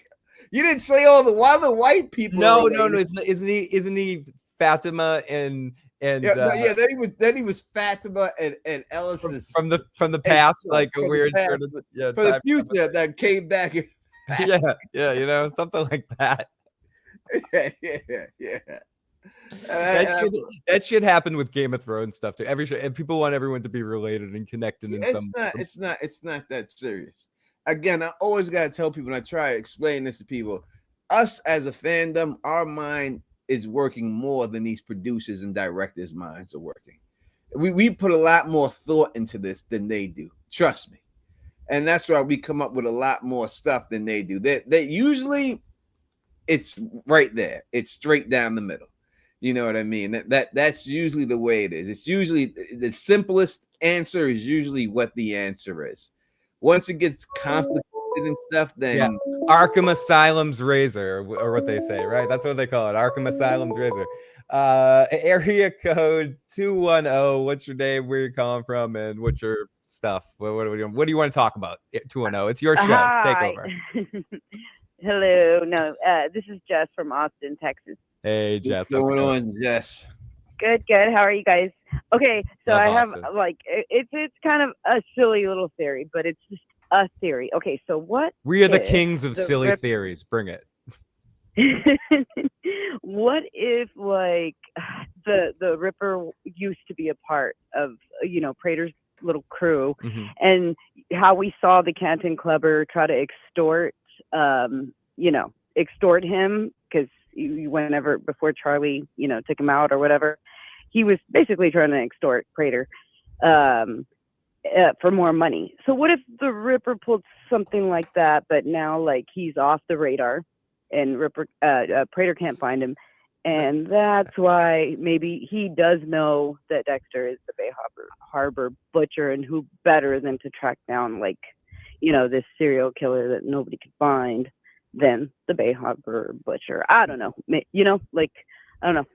I don't think it's the most ridiculous thing, but the one thing is I don't think if the Ripper did have a falling out with Prater, Charlie, or whoever was the equivalent of Charlie, probably would have killed him. So he probably ended on, okay, I'm just not into this. So I don't need your money anymore. Yeah, the only way he knows that Dexter's the Bay Harbor butcher is after he touches the slides. He would have to know from that moment on. There's no way he could suspect it or anything else, but it's no way he would know or even look into it until after the slide situation. That would be it. That would be the only way, because it's just too much of a coincidence that he would have found Red, killed Red, went in there, found Red's trophies. Yeah, you're right. It's just too much stuff. So we had to put all that to the side. So the next plausible time for him to find out would be when he touched the thing. If he looked back at it when he touched it and said, that's interesting that he touched those and didn't touch anything else. Yeah. You know, that would be the only time. So from there on, I could see it, but I can't see him hiring him to kill the Ripper. But the Ripper being a part of the crew makes sense. We don't know how he got it. It would make sense for him to have it there if that guy was part of the crew. Yeah, how else would he have gotten the trophy in that situation with someone that's actually working and active? If the cops or no one that he would have connections with would have, because if they found the murder weapon, they told us in that Claudette scene that they didn't know what the murder weapon was. So it wasn't something that he got through any of his FBI or police connections. He had to have gotten it through shady connections, which means a direct connection to the Ripper. Which I mean, I might be connecting dots too much, but I think they gave that to us, that situation to us. Yeah. But okay, so what if like this even, well, I mean, my theory could still be possible though, like if even after the fact, like maybe he is getting extorted, but and then once he realizes he's the Bay Harbor Butcher, then he's like, oh, well, let me just use this to my advantage. This is excellent. So he was initially looking for Red, but he got, even more than, he got the best. So he found the best. I don't know. I'm just kind of, he could be the ultimate trophy for him in the end. All right, he could be that. The Bay Harbor Butcher would be the ultimate. The Bay Harbor Butcher is the most prolific serial killer in the history of the United States. I mean, he's killed over 130-something people. I don't know anyone who's even come close to that in the United States. I mean, what did Bundy kill? 30-something people, and I think, but I don't think anyone. Only one I would think is higher than that is Ed Gaines. I think him, but he's not from the United States. Killed more, but he'd be the most prolific serial killer of all time in New York, in the United States. So without a shadow of a doubt. Now I don't know how many of those are actually on record they know of that they can actually. I think they can only connect like 30 to them, or they think 30. But how many did Chris from The Wire take down? He's going to be up there on the list. How many Chris. Marlo's crew. Marlo's crew took down at least 25, 30 people. Yeah. They're gonna be in the discussion here too. But yeah, in the live chat, 279. Yeah, Dexter's 279 kills for the Trinity. Was he that? I read something about that. Not 200. It was like 100. But yeah, I don't think it's 279. I'm gonna do some Googling. I don't think it's 279 for Trinity. I don't. Not just him. There was another one. It was two above. Like supposedly it's two more that like had more kills than Dexter. I read that article. Like the Google overlord says 149. Yeah, one for who? Trinity? Yes, the Trinity Google AI overlord says. So he's a little. So Trinity's a little bit over Dexter. Oh yeah. I don't know. You have anything else for us, my lady? No, I'm just super excited about the episode. So, but I appreciate you taking my call. Thank you, and I love your series. Like, I hate it because I'm like, yes, that makes sense, and then and then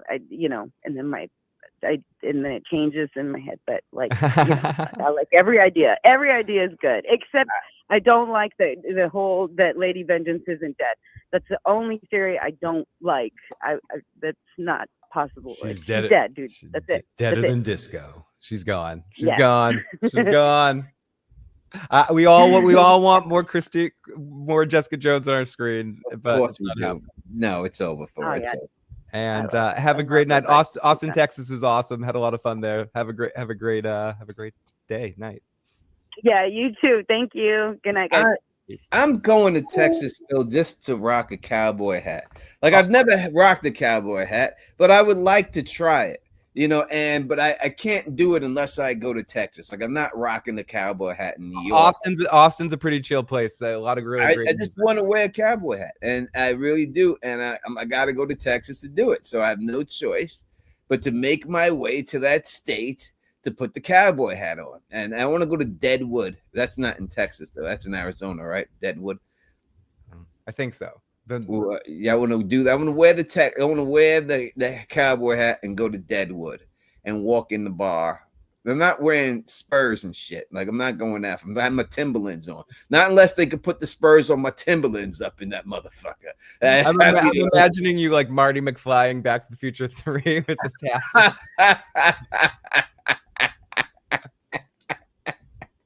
I'll be up in this motherfucker. I'm walking through it. Like I'm gonna grab both salute doors. You gotta grab with both hands. Dude, I just thought of a great movie, like a Doc Hollywood movie with the Don get like a My Cousin Vinny / Doc Hollywood movie with you stuck in a Texas town. That'd be great.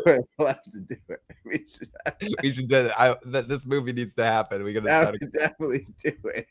Definitely do it. Back to the Future 3 is underrated. I think all three of those movies are awesome in their own way, but 3 gets overlooked a lot because of the Western theme. But it's pretty cool, a very cool movie. Yeah, Phil and I, we're going to do a greatest movie trilogy bracket, just like the NCAA bracket, and we're gonna have all the movies, greatest movie trilogies. We'll have them all in the brackets, and then we'll go through, and then we'll have y'all at the end. Phil will pick his, I will pick mine, and then the deciding factor will be your vote. Will be putting it in, Tony, in there. And this then is where it gets difficult, though. Can I? We don't have to talk about this now, but like, can I forget 2 Indiana Jones movies happened? Yeah, yes, we're gonna put this. Can I forget 3? Can I just talk about the first 3, or did 3 Indiana? Yeah, 2. We're gonna do the first 3 of those. We'll do the first 3 of the Star Wars, not the second. We'll do the second 3 also, but we'll do them. We'll have the Godfather. We don't have to do that. We don't have to do the second 3. Godfather will be in there. Toy Story will be in there. Toy Story. It will be in there. There's a bunch of them. We'll go. I'll let y'all know. As much as I love the first 2 Godfather movies, oh my god, that third one. See, this is the reason why. That's why we're billing it as a trilogy, because you just don't know when it comes down to it. What is the greatest one when it's all said and done? My odds favorite going in before we talk about it here is Indiana Jones. The first 3 Indiana Jones movies are near fucking perfect. It is, but the Aliens movie, yeah, we'll put those in there. The third one doesn't hold up. I will counter that and say that the first 3 Toy Story movies are fucking perfect. Especially the third one. The Toy Story, this is the tough one, dude. The third one, Toy Story might be the greatest movie of all time. It makes me cry just thinking about it right now, Tony. It's hard. Listen, I don't give a fuck that it's animated. The 3 Toy Story movies are amazing. Dude, the end of that third Toy Story movie, when I just start blubbering like a child, Tony, like a 5-year-old boy that just lost his. Oh yeah, then we have the Lord of the Rings will be in there. We'll have the Lord of the Rings in there. Ooh, the Lord of the Rings. Oh, that might win. That might just win. Yeah. We'll get it all together. I promise y'all. We need y'all to be a part of it and everything else. So make sure you subscribe one and stuff like that and check. Make sure you subscribe so that you see the notification. You'll see it on there. We'll do it like NCAA bracket style. So we'll knock out one, and move over, and we'll finally figure out which is the greatest movie trilogy of all time. Child's Play could be in there. 1, 2, 3. You could throw that in there. You could throw Jason in there. Terminator, you could throw in there. There's a lot. We'll put them in there. We'll make it and everything else. The Avengers, if you want to just consider the Avengers movies 1, 2 as a trilogy series, I don't think it would hold up, because the second Avengers movie is not going to beat the Lord. Die Hard trilogy would definitely be in it. No, it'll be a great time. All right, we're getting off track. We'll get back to this right now. It is now 10:31. We are almost there, people. Almost there for the night. I know we are all staying up, and we cannot wait for it. Again, you know the telephone number 781-990-8509 is the number if you want to call up the Don and Phil the Issues Guy and let us know or how you feel. Again, we're not trying to shit on anybody's theories or anything else like that. And we'll have some more guests on with us, I promise, before this season is over. Or we'll definitely have more people on here to rock with us. And people, I'm sure that a lot of you guys don't want to look at me and Phil, so try to bring a lady on here for you. You know, so it's you have something to look at too, and everything else and all that good stuff. And everything. So what do you think, Phil? What do you look forward to the most tonight in this episode? Like, if you like a storyline, because we see how what storylines we have built up. What storyline are you looking forward to seeing? I mean, at this point, since you want to get done with the serial killer stuff. Yeah, I want to move this along and have Dexter take his mask off and get the party started. The most important thing to me in this episode is making sure that your prediction of Charlie finding out that Dexter is Dexter tonight happens. I don't want to wait any longer for that. If we're not getting drawn out interesting stories and cat and mouse games with the serial killer Suicide Squad and Dexter kind of being over his head and finding his way out of awkward situations and not just kind of running through them, I think the first half of tonight's episode, I want to see Ponytail wiped out fairly soon in a comical way, like comically easy comparatively to everybody else. Like, he has to. Now, I know a lot of people, and you've mentioned this too, want him to be like the worst of them all. Maybe he is in the sense of like how horrible of a murderer he is, like what he does, but when it comes to how Dexter's going to take him out, he's going to be the easiest. There's no challenge there. It's not even there's no Lowell was such they all are. They're all going to be the same. Lowell was such a ball sack. Like, it was so easy. Honestly, it must have been so easy because I forget at this point. Like, I have to go back and watch what happened. But I'll say about listen. He didn't try to beg for his life. He didn't. He's like, I know what it is. He's like, I'm not begging for my life. Yeah, I know what it is. It's already done. You know, and just get it over with. Do whatever you got to do. But the thing I'm most excited to see is to see that information come out. Oh, we got a couple more comments or a couple more text here, Tony. Biltron again with another bad joke. Here is a twist. Batista's killer will be a Cabano sandwich. I mean, you could see Batista go out in a very weird way. But no, I think Batista gets caught in some mud that Dexter lays out. I think Tony's absolutely right that Dexter is not being taken down by the AirPods, and he very easily checks his card and kind of figures this out and uses it against Batista, or figures something out in the moment and realizes he's being followed.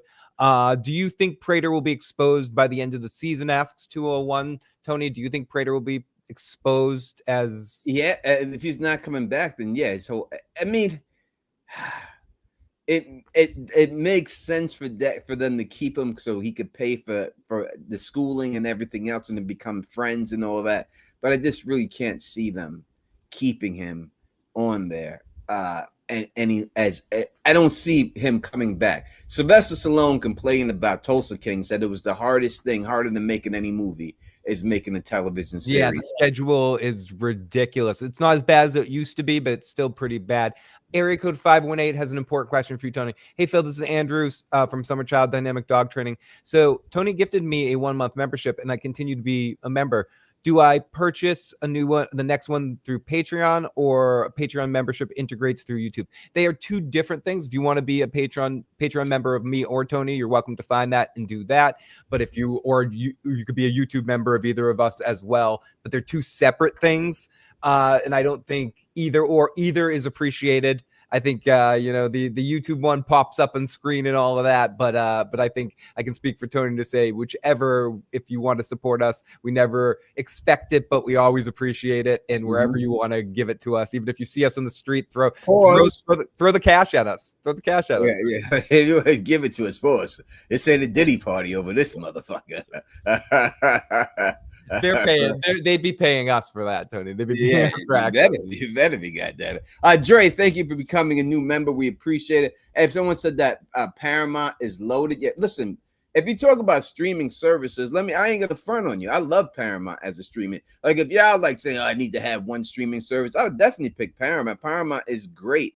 I mean, it's the shows on it top notch. It just doesn't have enough coming through all the time. But if you look at all the shows are fucking great. Mobland is fucking amazing, man. Period, point blank, end the story. Tulsa King is hilarious. It's got, if you're Survivor fans, it's got all the Star Trek stuff. For us South Park fans, it's got South Park. It's got a lot of stuff. No, yeah, I don't sleep on Paramount. Paramount, and they got the UFC rights, and you get football games on it. Paramount is good. I like Paramount. I'm telling you, Apple is good, and so is HBO Max is good too. But I think the quality of HBO Max shows may be a slightly tinge above the rest, but they don't put out as many as these other places do all the time. And that's just what it is. When I see it, you get South Park on there too and all that. Yeah, listen, it is what it is. I like Paramount. I do. And you get it for free if you have the Walmart Plus app and you sign up for Walmart Plus for a year, you get Paramount for free. And that's what I like. Things like that. Like I get Amazon because I have Amazon Prime. So I get that for free. I like things like that I'm using anyway, and I get a bonus on it. You know what I mean? So that's what I see. Charlie, again, we've talked about this. Charlie's mother being Sarah Miguel. It's not. The ages just don't match up. It would just not make any sense. Again, I understand that people want people to be from these shows and all that. This doesn't make any sense. There's no way those ages match. Again, Sarah Miguel Gellar is a few years younger than Michael C. Hall in real life. She's not even as old as Michael C. Hall, but supposedly she has a child that's older than herself because Uma Thurman's older than Sarah Michelle Gellar. So unless we're talking that this is Don't Be a Menace While Drinking Your Juice in the Hood, that movie where the guy's father was actually younger than him, then that's the only way this works. It would be a reach. Someone in the chat was asking the number. It is 781-990-8509. And calling in if you have a question or comment. I think we caught up. Brandy says Teflon is so confused. Listen, Brandy, if I'm confused, you have the right to call in Don and straighten me out. Please help me out here. If I'm confused, I could just look up what we see on Google. Sarah Michelle Gellar is the same age, is younger than Michael C. Hall. Right? Sarah Michelle is what is her age in 1990? What does that mean? I don't understand what that means. I don't get what you're trying to say. She's the same age as Michael C. Hall in real life. When we deal with that, whose picture is this, Phil? You sent me. That was one of our callers. That one of the texters that texted in the tattoo of it. Oh, that's really nice. Let's put it like this. All right.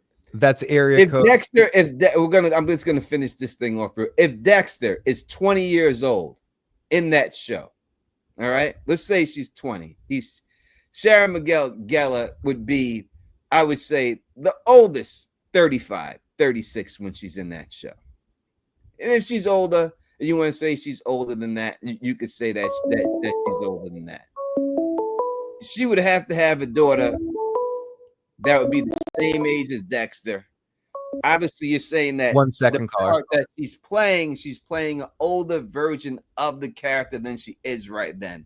You're saying that I'm comparing Dexter from the show to the same age as Michael C. Hall is in real life. I got what you're saying. If Dexter's 20 in that show and she's 35 in that show, I need to know the age. Then that would mean she had the baby at 15. She had the baby 10 years before that, and maybe the baby is around 10. If she was 35, she had the baby maybe 10 years before that. And then when she was 25, so that Dexter would be Dexter would be what 15 years older than that. It just wouldn't. It just doesn't. It doesn't add up to me. Tony, in the age of it. Tony, we got area code caller. Turn down your radio or whatever or TV you're listening to. Area code 209. What's your name? Where you calling from? And what's your question or comment? My name's Gabriel from Modesto. Hey, Gabriel. And hey, yeah, I don't think the Charlie thing. I don't know if Tanya's daughter is Charlie, but Listen, I'm a huge fan. I'm not saying she's not. All day at work, I'm thinking about this show. I hear you. I hear you. Huh? I hear you. I hear you. I'm a fan of the show too. I know that feeling. Yeah, like you can't wait for the next episode to go. You're like just get through all my work shit just to get back in and sit down, make my fucking dinner, make some food, roll something up, pour a drink, watch my fucking shit. Yeah, whatever the fuck your shit is, I'm with you, man. I'm totally with you. I love when you get that excited about a show every week. It's and that's why binging is awesome. But there is something to be said, and I know people hate to wait, but about like that, like having like a show come out at a certain time and like knowing the day it comes out and getting excited for it like that day and shit like that. I kind of like that feeling. Yeah, and especially it comes out on Fridays, and I'm watching it here in California at 9. Oh, perfect. Here Perfect. it comes out on Thursday night, so I'm like, yeah. Nice, man. Yeah, I'm sure you are, motherfucker. And yeah, you you're lucky looking out the motherfucker. window Yeah. And you're seeing the nice weather while we're dealing with this damn Hurricane Aaron over here, and you're looking out the window saying, "Yeah." in the warm California sun, you motherfucker. I love it though. Yeah, it's hot. It was 100 degrees, 99 degrees. Oh, but it's all right, man. That's too fucking much. You're going too much. Yeah. Humble brag, man. 209. We gotta sing about no love you, man. All right. I understand what y'all saying. So I understand. Let's just say that, and I hopefully I explained it the way I explained it. So let's just go at this. Let's say that Sarah Michelle Gellar's character is 40 years old at the time, of 45 years old at the time of the show, and Dexter is 20 years old. If we say that, and she had a child at 20 years old, then 100% it would be plausible that Charlie would be her daughter. All right. If we look at it like that, that she has a 20-year-old daughter that she never talks about, that she's never showed, that she said nothing about off screen the whole episode, that she's never said one word about the whole time in the show, which is possible, then yes, 100%, then the ages would work. All right. I 100% give you that I don't think so, but it may be, but I don't know. I don't know. Why would they end up in New York at all places to end up? They both end up in New York. It just doesn't work for me. But I do understand the age and how the age would work for that. Tony, we have a text that has another thing I'm curious what you think about. Area code 250. Just wanted to let you know, for whatever it's worth, I posted my theory on Reddit, and I thought it was Tanya who sold Prater Dexter's blood slides, and I stand by that. But I agree with you that Tanya is not Charlie's mother. But do you think that Tanya could have sold the blood slides? I mean, yeah, he got them from somewhere. Yeah. Got him from somewhere. I mean, they said FBI agent. I don't know if she's an FBI agent. And we don't know how it ends for her in the show yet, right? So let's see. The show only had one season. Do we know how she dies or anything's going to happen? We got a lot more seasons to go. You know what I mean? And everything. So we'll see how it ends for her. So we'll see what it is and everything. So, but they did say that she did have a bet. I don't know if she had a gambling problem and everything else, this because she had a couple of gambles doesn't make it to that point where you're a degenerate in it. You know what I mean? And again, we love Jackie C. Wait, are we gambling on something? I'm a degenerate, Tony. How about what are we gambling on? Wait. Can we bet on something? Can we do a like Fred Flintstone? Can we do a death next year? Can we do a death pool? And when we see it'd be great. Yeah, so we'll see. I mean, if it is what it is, y'all have the right to come on here and say, Teflon, you're wrong. I'm here for it. I don't hide from it. I don't know if they're gonna go that route. It's just I don't think everyone has to be connected to everybody. I just don't think so. I think they could just be their own person. I think the whole thing with Charlie's mother is to show that she doesn't do what she does because she likes it. Or she's proud of it. That's why she lies to her mother about what she does. She does it for the money, to take care of her mother in the situation that she's in. I think that's the connection, and that is why they're showing you it. This whole season's been about family. Dexter's family, Precious family. Go through it. That's what they've been showing, the importance of family. And that's what they've been trying to show you in this show. So this is why she's doing it. She doesn't like the fact she does it. She's got to lie to her mother that she does it. It's just to show that this is her motivation and why she's doing it. That's what I see it. Not that there's some connection to another series and networks. I don't believe that's going to be the case and everything. And I just think that people just keep looking for things to be. And listen, I come from the Game of Thrones community, all right? And I've seen people relate people to people for horses because the horses were the same color. So all of a sudden, these people were related, all right? I've seen it all. This person has a response to you, Tony. I took a gamble on my text. You think I'm a degenerate? No, I agree. It all doesn't have to be connected. But again, I stand by Tanya sold those to Prater, those blood sides. Not maybe Crowley's mother. It's awesome callback to Original Sin. Maybe she did. You know what I mean? I don't know. Maybe she did. She would have had to become an FBI agent because he said specifically it was the FBI agent with a gambling problem. So we don't know that she became an FBI agent. Maybe it was, but all we know is that it's an FBI agent. That's what we know. And we know that he does prey on people who have gambling problems because that's how he used someone to take out Lady Vengeance. So we know that that's what he prays on. We saw Charlie at the horse thing. Oh, I guess I somehow missed a call, but area code 216, please call right back. Please do. Please do. We love to hear from you and everything else. Layla, we over here sound like Batista ass over here. Simping ass Batista.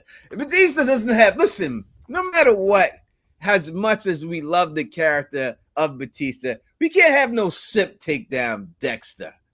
All right, when it's all said and done, Dexter can't be taken down. I would much rather him be taken down by Claudette than this simp this simp Batista.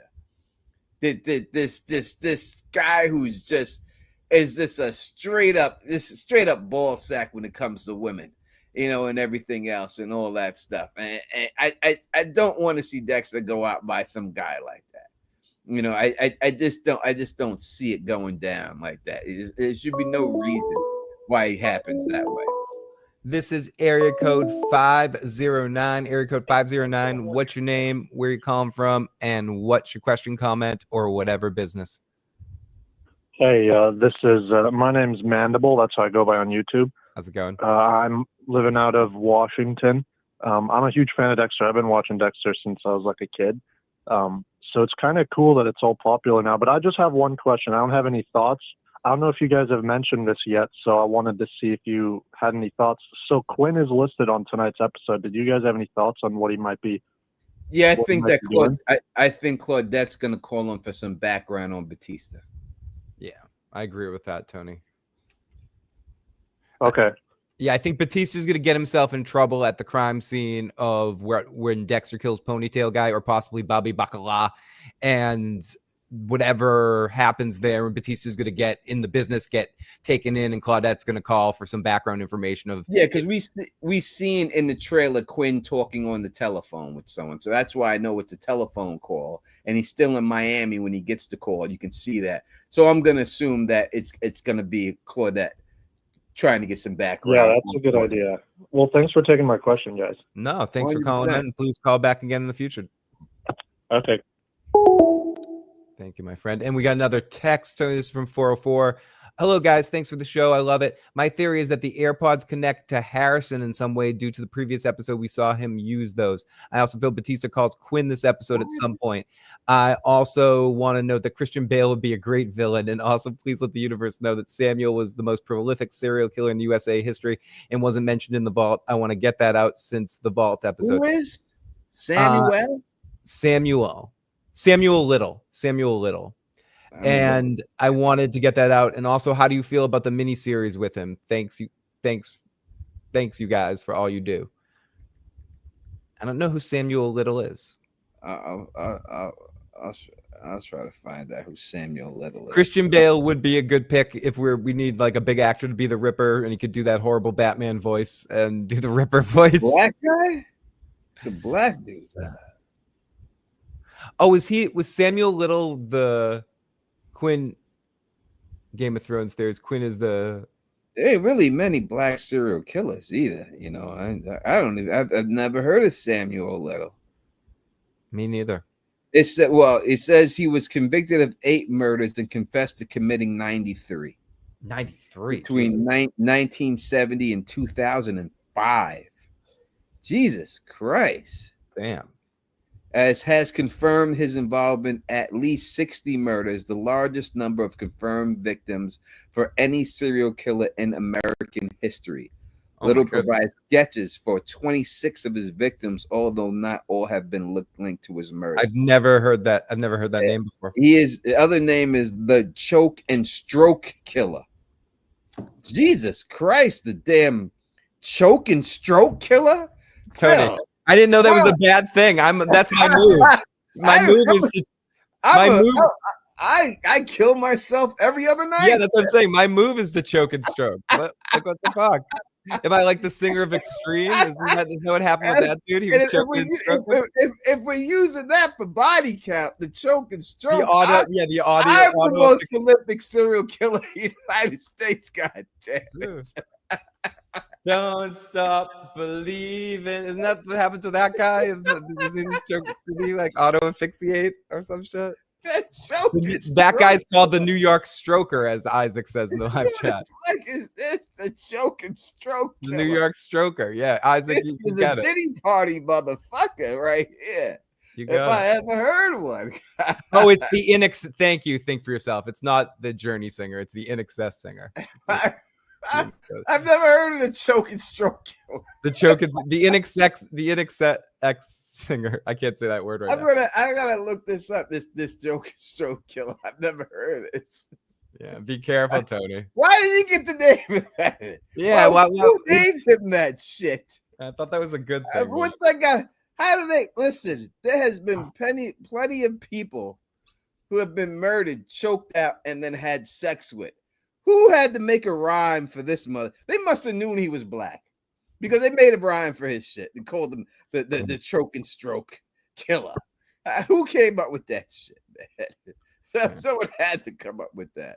I'm lucky I'm not alone. I'd start singing right now, Tony. I have a song in my heart. Area code, thank you, caller, for saving me from getting into this. Area code 727. What's your name? Where you calling from? And what's your question, comment, or business of any kind? Hey, Florida. How's it going, dude? Talking about Dexter. Okay, good. Not the choke and stroke. You're not talking about choking and stroking?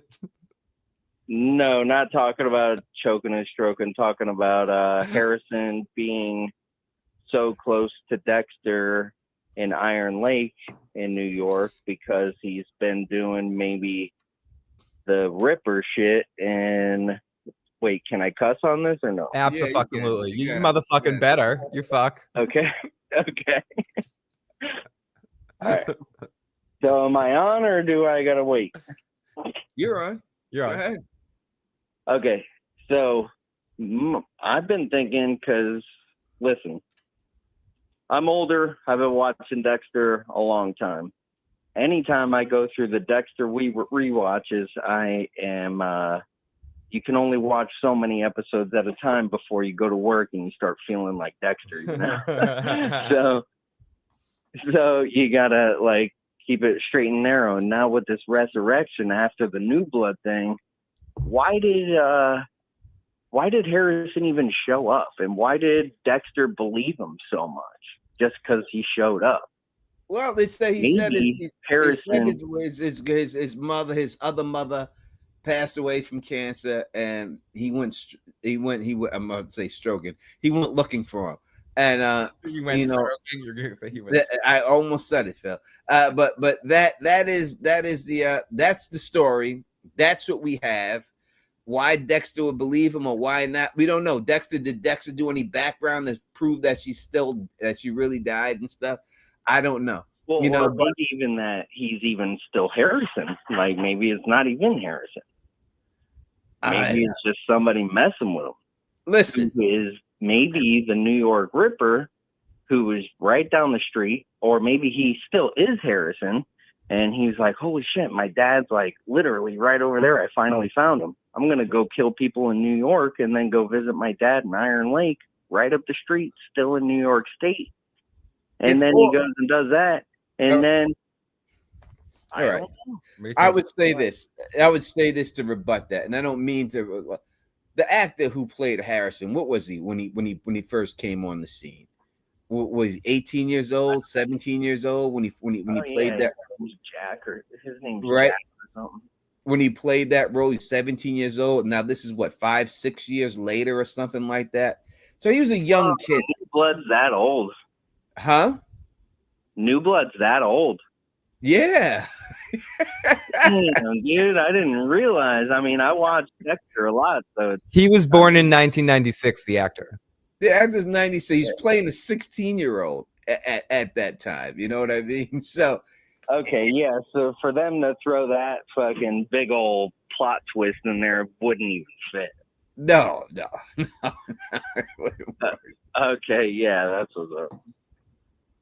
But but it's fun. But tonight's maybe since Dexter's taught him the code, it screwed him up, and now he can't even do his Ripper stuff anymore because he's like too afraid because now he has a code because he finally met his dad. I think it is. I think what Harrison's story is, when it's all said and done, is finding himself and what he really is. And it's all going to come down to this Bobby Bacala thing. If he killed Bobby Bacala off camera, Harrison's a serial killer. If he did, why would he even be in the show if he wasn't going to have some kind of a thing? Because he could be the guy on the spinoff that becomes a cop and hunts serial killers because his father was one.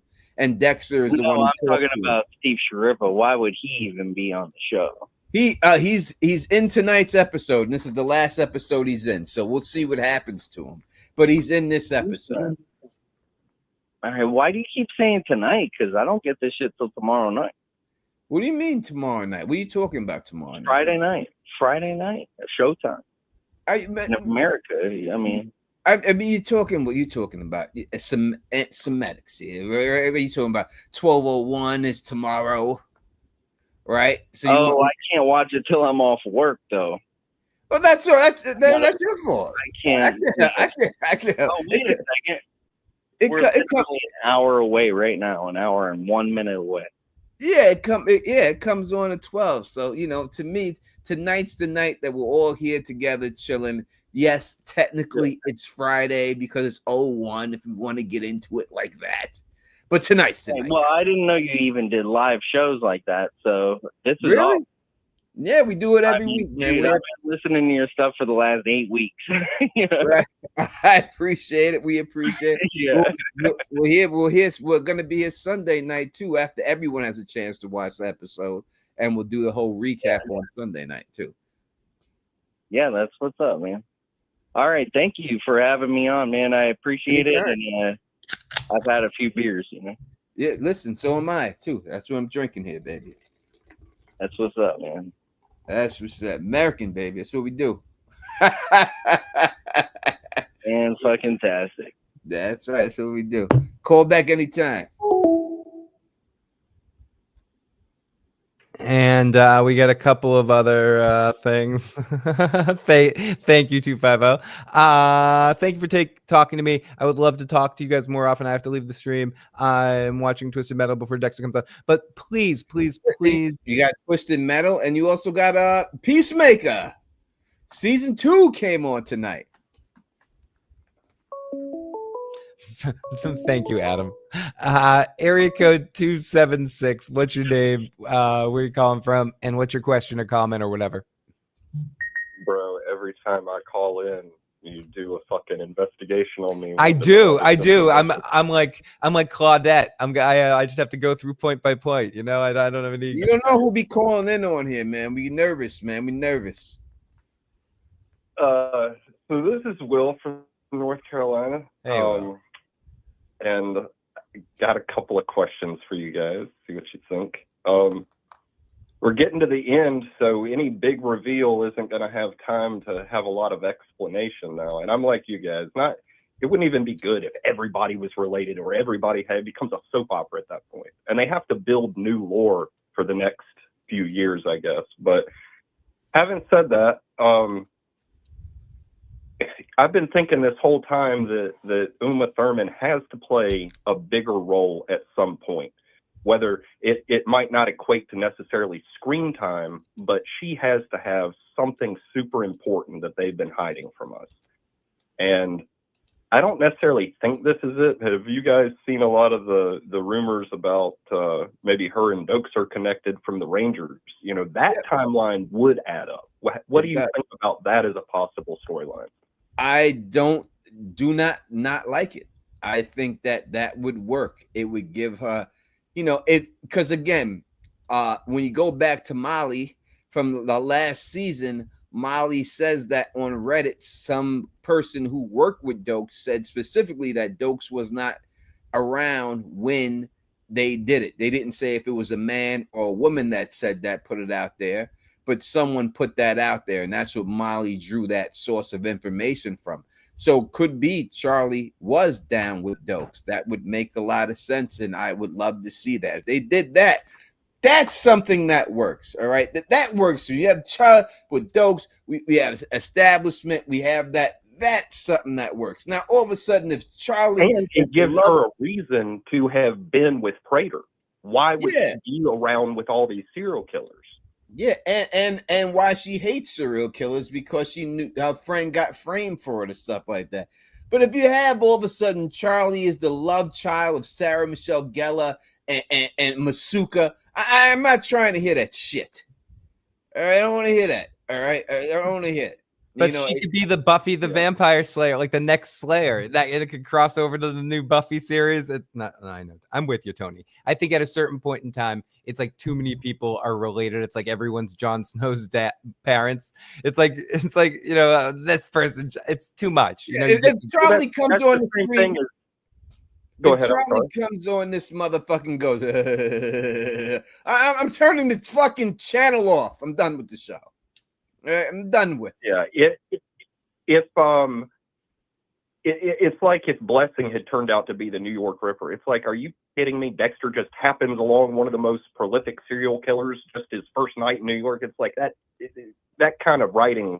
Even Dexter doesn't do that, Yeah, that's shitty writing. Let's call it what it is. If that would happen, that would be some amateur, shitty ass writing. And I have much more respect for these writers than to do something like that. That he just happens to get in the cab of the New York Ripper and everything. Come on, people. Come on. It's too much. Too much. Well, I think, we've all kind of looked at Prater as being the big bad of the season because of the way they do the casting and that kind of thing with the big names. And it's like, I'm starting to think at this point, the one line that Dexter said in the last episode that stood out to me is that Prater prefers, or he said something to the effect of, the truth works better with Prater after they had their little conversation. He said that to himself. And the one thing that I've noticed is that Dexter, when he's around people that are fake or this or that, he talks to himself. He explains what he's noticing about that person. Yep. He hasn't given us really any information on Prater at all. And I think that we've all been thinking Prater's going to find out I think he may just tell Prater. I think it may be advantageous to him at some point to bring Prater in on this secret. Especially once all the other killers are dead, there's really no point to keep the secret anymore. Yeah, and that's exactly how he got close to Prater, by telling the truth. He told his true story of how he truly feels, not how Red feels, of how he feels, and Prater related to it. And he realized there's another thing they did with that conversation. You realized that Prater does have the interest in the serial killing and the minds of these people, but he didn't actually care about any of those people. He knew they were all there for the money, and that's the way he looked at it, or at least that's what it sounded like in that conversation when he somewhat bonded with Dexter, if that makes sense. Yeah, because as I said from the beginning, and people laughed at me when I said this is an AA meeting, that's what Prater looks at it as. It's an AA meeting. As he said, it's a safe space. He wants them to open up. He got close to this guy because this guy opened up to him, and he gained a bond with this person and everything. You know, and people say that's far-fetched. I just watched the episode of a guy who was drunk in Australia or New Zealand or one of this thing, and he ran and killed this whole family of kids. If Carla Way is in here, she may know the story. But this guy killed this guy's family, he killed all of his kids. And then the guy went to prison, and his wife forgave him, guy who killed his kids, and his wife, and he went to prison, and they sat down there and they talked to each other, and the guy forgave him for doing what he did. And he said, I'm close to this guy because this guy affected my life as much as my kids, as much as my parents, as much as anyone in my life affected my life, he did. So I have that bond with him. And they basically, you know, not saying that they're friends, but they understand, you know, they worked it all out and stuff. Wow. You know, so it could be a situation like that with Prater and his killer. He may see it like that guy affected his life so much that he was able to forgive this dude and talk to him the way he did. And he's just trying to feel that bond again. Probably like when drug people, you know, get that first hit and they get that high, and they haven't been able to get that high, so they chase that dragon. And Prater is still chasing the dragon. Yeah, he totally kind of admits that in that episode when he's talking to Dexter about the first letter, and nothing will be as pure as that first situation, and he's chasing it again, and he kind of feels it with Dexter, which is blinding him because Dexter's feeding him that energy, and now he knows that he doesn't know. He just gave Dexter more instructions on how to manipulate him even better, and that's why I don't think Prater knows, and I do think it will be advantageous to Dexter at a point in time just to say it, because once all those other killers are dead, what's the downside? Especially when Charlie presents it, he'd be like, yeah, I'm the Bay Harbor Butcher. Who cares? Who cares? And, you know, give me my goddamn slides back. 100%. Now listen, as you say, I don't like Carla, knows the story. She's from Australia. I'm not gonna make these things up. I showed you the picture. I was in Rochester. I told you I was there. I don't make these things. Everything that's the Don tells you the truth is the truth. I only tell you the truth. And that's the way I get down.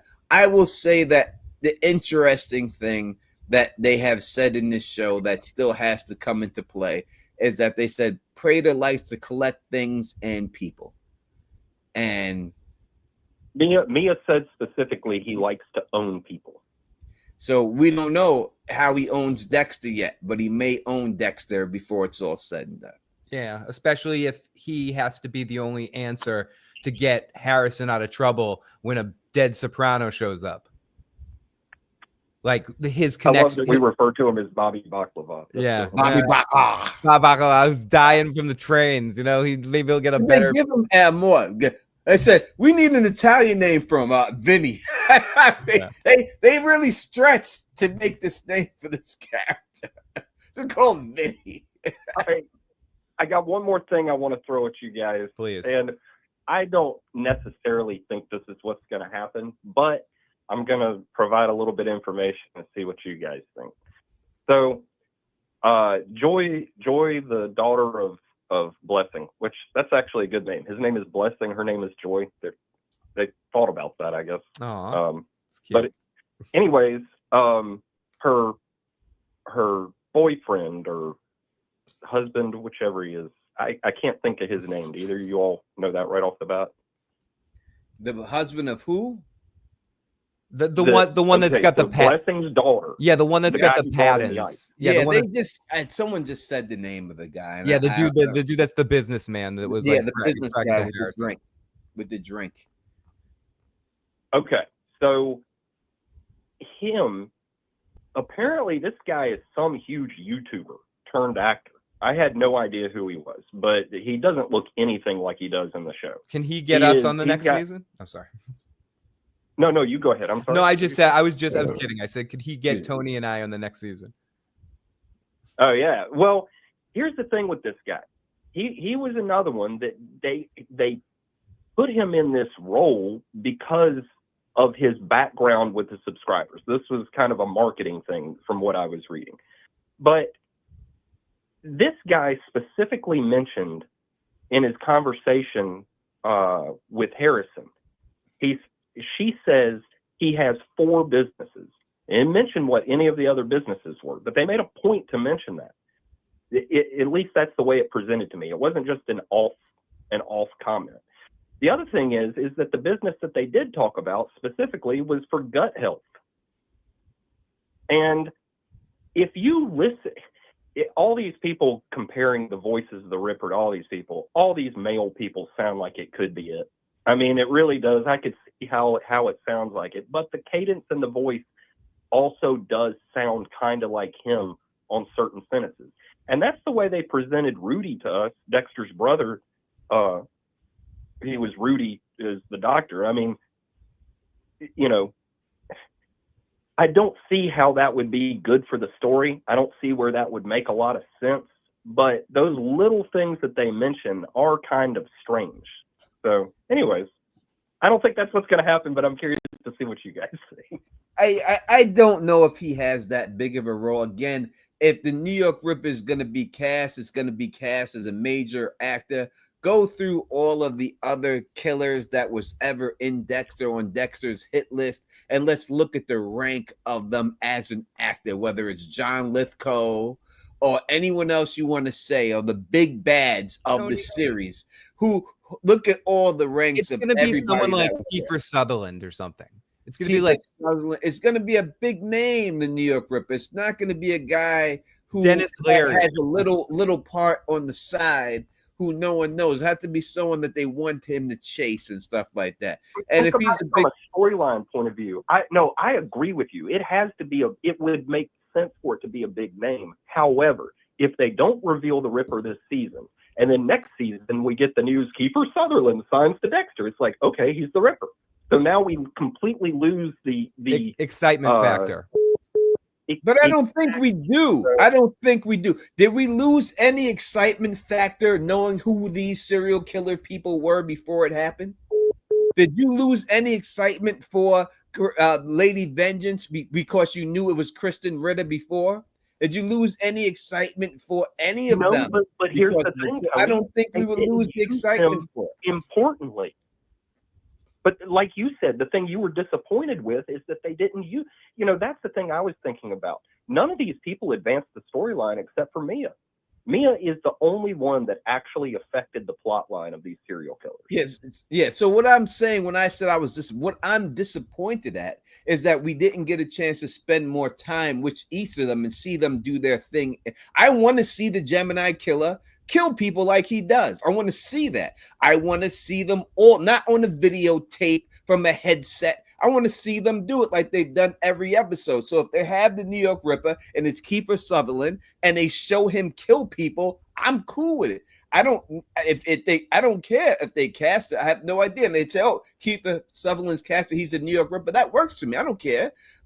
I know he's going to get caught in the end anyway. So if it ends up being Kiefer, I'm going to the Vegas. That would be so awesome. Caller, we have a couple other people calling in, but thank you so much, and we'll talk to you next time. Have a great night.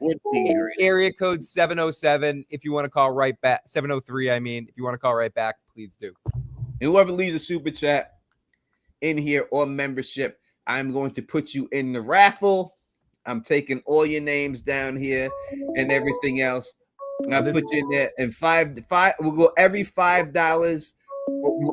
You'll get you 2 raffle tickets. for $5. We'll give you 2 raffle tickets for everything 5. So if you did 20, you get 4 raffle tickets, and then every other one would be 1 raffle ticket. If you one membership will be a raffle ticket, and then we'll have the drawing on this Sunday. I promise I'll do it Sunday for the drawing, and I'm keeping track of all this. I will not go that. I'll have your name, and then you'll see it. This All is right, area code 734. What's your name? Where you calling from? And what's your business? Yes, I'm interrogating you. What the hell? What do you want to talk about? Take over the damn show. It's your show. What's up? Hey, y'all. I'm calling. My name's Anthony. I'm calling from Michigan. Hey, Anthony. I'm just wondering. I have 2 questions. I guess we're waiting for the plot to develop a little bit more with the New York Ripper, but I'm just wondering, like, who do you guys think that's going to be as of now? And then also, do you think that there's a possibility that it could be Claudette's partner at all? Because, I mean, I was just kind of thinking about it, and, like, he's been active for so long, or, like, theoretically he hasn't been active recently, but I was just wondering if maybe he has something in law enforcement, and he's kind of been hiding, similar to Dexter. Caller, okay, 1 second. I mean, we'll talk about that in a second, but I want to bring up an overall big point. It's so interesting to me, Tony, that everything going on this season, because of something similar to what you said, because the Suicide Squad was such a bust, at the most of what people are talking about and interested in and curious about investigating right now is who this New York Ripper is. I don't know if the show even expected this to be as big as it actually is. So caller, I appreciate this, but it's an interesting. I'm just mean it's like an interesting thing that I agree. I think people what they care want to know. about this more because the suicide. No, that's totally a fair point. Yeah, the Suicide Serial Killer Squad didn't work as well, so people are focusing now more on the New York Ripper, and I understand exactly why. I particularly don't think they've casted the New York Ripper yet. I don't think he's anyone from this show. If you want to say he's the cop, the partner, I would not fight you on that, but I don't think he's been casted yet. I think he gets casted next season, and that's what we find out.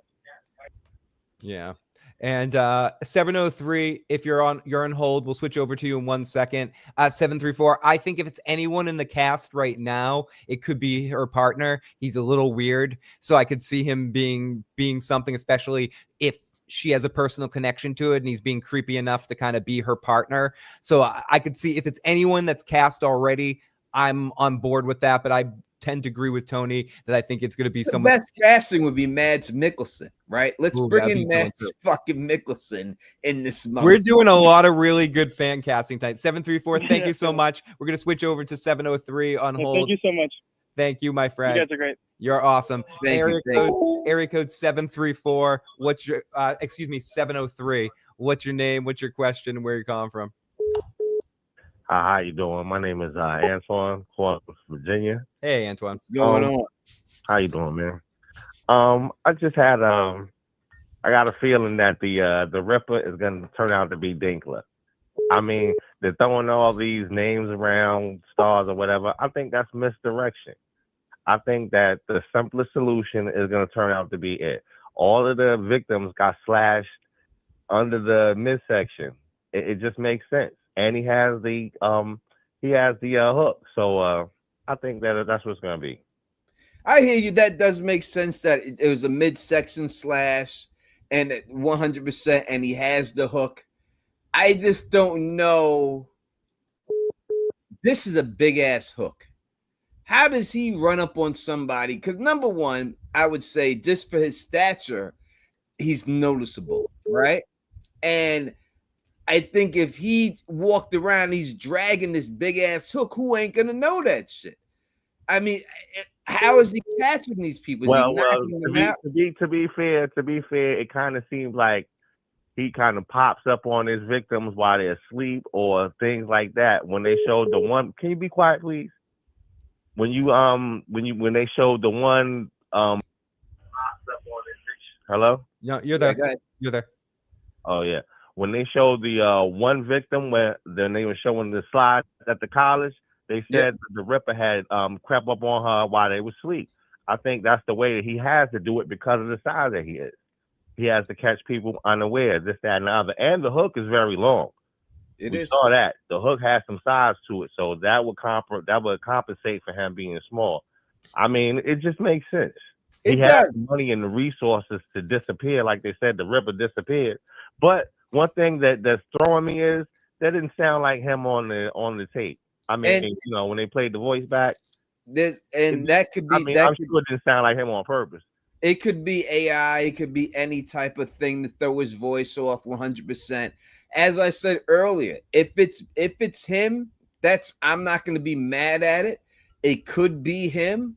I could see it because we need a reason for Dexter to kill him. He doesn't fit the code, but if he's the New York Ripper, he fits the code. And he did brag. The New York Ripper terrorized my streets as a kid. He's not caught. Didn't get caught, right? He did brag about it. I think Dexter might put him down regardless if he was the Ripper or not, because he's enabling these other serial killers. Well, then there's no reason for him to be the Ripper. Then the only reason for him to be the Ripper is for Dexter to have a reason to kill him. Yep. If he's just gonna kill him because he's doing what he's doing, then it makes more sense than to have the New York Ripper. No. You misunderstand what I'm saying. What I'm saying, if he doesn't turn out to be the Ripper, Dexter might take him anyway because he's enabling these serial killers. Yeah. Even if he's not the Ripper, Dexter might cross him off the list anyway because he's financing these guys. Yeah, that's a good point. He might not technically fit it, but he kind of grandfathers into it because he's funding all these serial killers. I don't think he fits the code because he's Charles Mansing his way into this. All right, he's not doing it. So I don't know, but if you make him the Ripper, then he does. You know, the number one rule is don't get caught. So if he tried to expose Dexter, or from the picture that we've shown, the reason why Dexter is going to want to kill him is because he's going to kidnap Harrison. That's enough. That's enough right there. Isn't he? He doesn't need it. If you kidnap his son, I don't think Harrison can be kidnapped right now. I think Harrison is on the verge of becoming his own problem. I'm saying, you see the picture. He was about to hit the Italian guy in the eye with the fork. There's no doubt about it. But when Charlie pulls the gun on him, and Charlie's his special forces, and you see the picture with her pulling the gun on homie, he's going with her. And that's it. And that's the way it is. So that's a reason for him to kill him without him being the Ripper. And that, to me, would make him not the Ripper because it's better for the show to bring the Ripper to the next season. It's if you end this if you end all those serial killers plus the New York Ripper all in one season, to me, it's a waste. It's too much. You've done too much in this season. Carry that on to next season. I kind of agree with that, but I kind of disagree because of the fact that the serial killer super squad fizzed out so quick. It's got to be some kind of end game to this. Charlie They turned out to be the appetizer. We thought they were going to be the main dish, but they're the appetizer. Yeah, it's but boss level threat at the end of it. Yeah, the boss level threat is Uma Thurman. It's Uma. Number 2 in the call list of the show behind Michael C. Hall, and she's next. That's the boss level threat, is her. She's the number one. But this is where I slightly disagree, though. I do think Dexter will rationalize Prater fitting the code. I think he kills him. I got one more question. Do you think that if Prater finds out that Dexter is the Bay Harbor Butcher, that he's going to develop this man crush, or let his man crush? He already got a man crush. I think it's just going to make the man crush more. I think it's just going to make the man crush more. It's going to add mutagen to it. He's going, oh my God, I always knew you were extra special. That's what I'm thinking. He might want to try to get behind Dexter and finance him to do what he does. Yep. Yeah, and that's the problem. But we see Charlie say in the trailer, "Let me do my fucking job," because she knows he's a fucking fanboy, and he's not allowing her to do the job, and that's why she's saying it. And then he says, "Fine, do your job," right? So we went from him saying, "Just do what the fuck I say," to "Fine, do your job," and that "fine, do your job" is going to lead her to the truth. Mm-hmm. She's definitely finding out tonight. I can see that most. 703. I thought I think that she has a I think I'm gonna let you guys go. No, one more point. We have someone on hold, but one more point. What I was gonna say is I agree with you guys. I do think she's gonna find out, but I don't think she's gonna be the threat that you guys think. I think it's a shoe waiting to drop somewhere that we haven't seen. She can't. I don't think she's gonna be the. I think she might be a problem. I definitely believe in that, but I don't think she's gonna be the hidden hand we're not seeing yet. That's gonna be the real problem for him. Besides Batista, of course. We will definitely find out. Thank you so much for the call, 703. We're gonna go over to 408, area code 408. What's your name? What's your question, and where are you calling from? Are you there, 408? Well, call right back. I feel bad they've been on hold for a few minutes. They probably went away. And this is area code 810. Area code 810. Welcome to the show. What's your question, and what's your name, and where are you calling from? What's going on? This Harvey from Flint, Michigan again. What up? A couple weeks ago. How's it going, man? I'm doing good. I think we're getting closer to my theory being true. I don't think it's Prater, but I definitely, like I said, you don't hire, a Tyrion Lannister and not make him a killer. Especially, he said Charlie the threat, but Charlie just hired muscle. The real threat is the guy pulling the strings, the billionaire. 100%. And I will say this. That if you watch like my first or second video that I put out on this, I said that Prater was a serial killer because it was reported in one thing that he was a serial killer. But then every other place news report that put it out there said he wasn't. So maybe that one place wasn't supposed to put that out there, and they did, and because it gave away too much. And then that's why they took it out of every other trade magazine and stuff. But I did report that there was one point that said that Prater was a serial killer also. So quite possibly he could be. I could see it. To me, it wouldn't be. Yeah, well, I'd rather see it later, but it could happen. You're totally against my theory. What happened? Oh no, we had 404 was on hold waiting, but they gave up and hung up. Call back as soon as this call's over. 404, call in and we'll get you. Yeah, we'll get say you it again because the thing dinged. I couldn't hear you, brother. Oh, I said when I was presenting this theory like 2 weeks ago, you guys didn't want to believe it. Listen, let me say this. I don't think that's the case. It could be. I'm not saying that. I'm not poo-pooing it and saying that Prater not being a New York Ripper is it's not far-fetched. It is a good chance that he could be the Ripper. At 100%, he could be the Ripper. I don't think he is. I think he kind of gave himself away in a manner that Dexter could identify him. Because you remember that guy he named as the guy that, the drunk driver? He killed his parents? Yep. I bet if Dexter looks, he's going to see that the Ripper's first kill was a guy with that same name. You're going to think that... why would he even mention the name if it wasn't going to be You important? think that he killed the guy that was in prison talking to him? No, the guy that killed Prater's parents, the drunk driver. I think that was his first kill. You think that guy that he talked to in prison, right? Oh, he talked to the guy in prison, he said? Yeah, that was the whole thing. The guy who killed his parents, he wrote letters to him and visited him in prison. They showed his face and all that. Well, His I first think that love. even gives it a little more validity, because let's say he only got 10 or 15 years for that. Now Prater's an adult. All right, now Listen, you're moonwalking like Michael Jackson there. First you said he was the first kill. And then you said, well, maybe he only got 15 years. Now, I will say that listen, it's quite possible that he could be. And I will not be mad at it if they did it. For me, it would be a better show if they moved it to next season. It'd just be too much to do in one season. Yeah. You know what I mean? But I agree that he could be. I don't think he is. But if he is, I wouldn't be shocked about it. Yeah, I think it's possible, but I think I agree with Tony. I think it's something that's going to stretch into next season. 810, thank you so much for the call. Please call back in next time. 404, you've been trying. I feel bad. 404, I've been avoiding your call like you're like a bill collector. I'm sorry, 404. What's going on? Welcome to the show. What's up?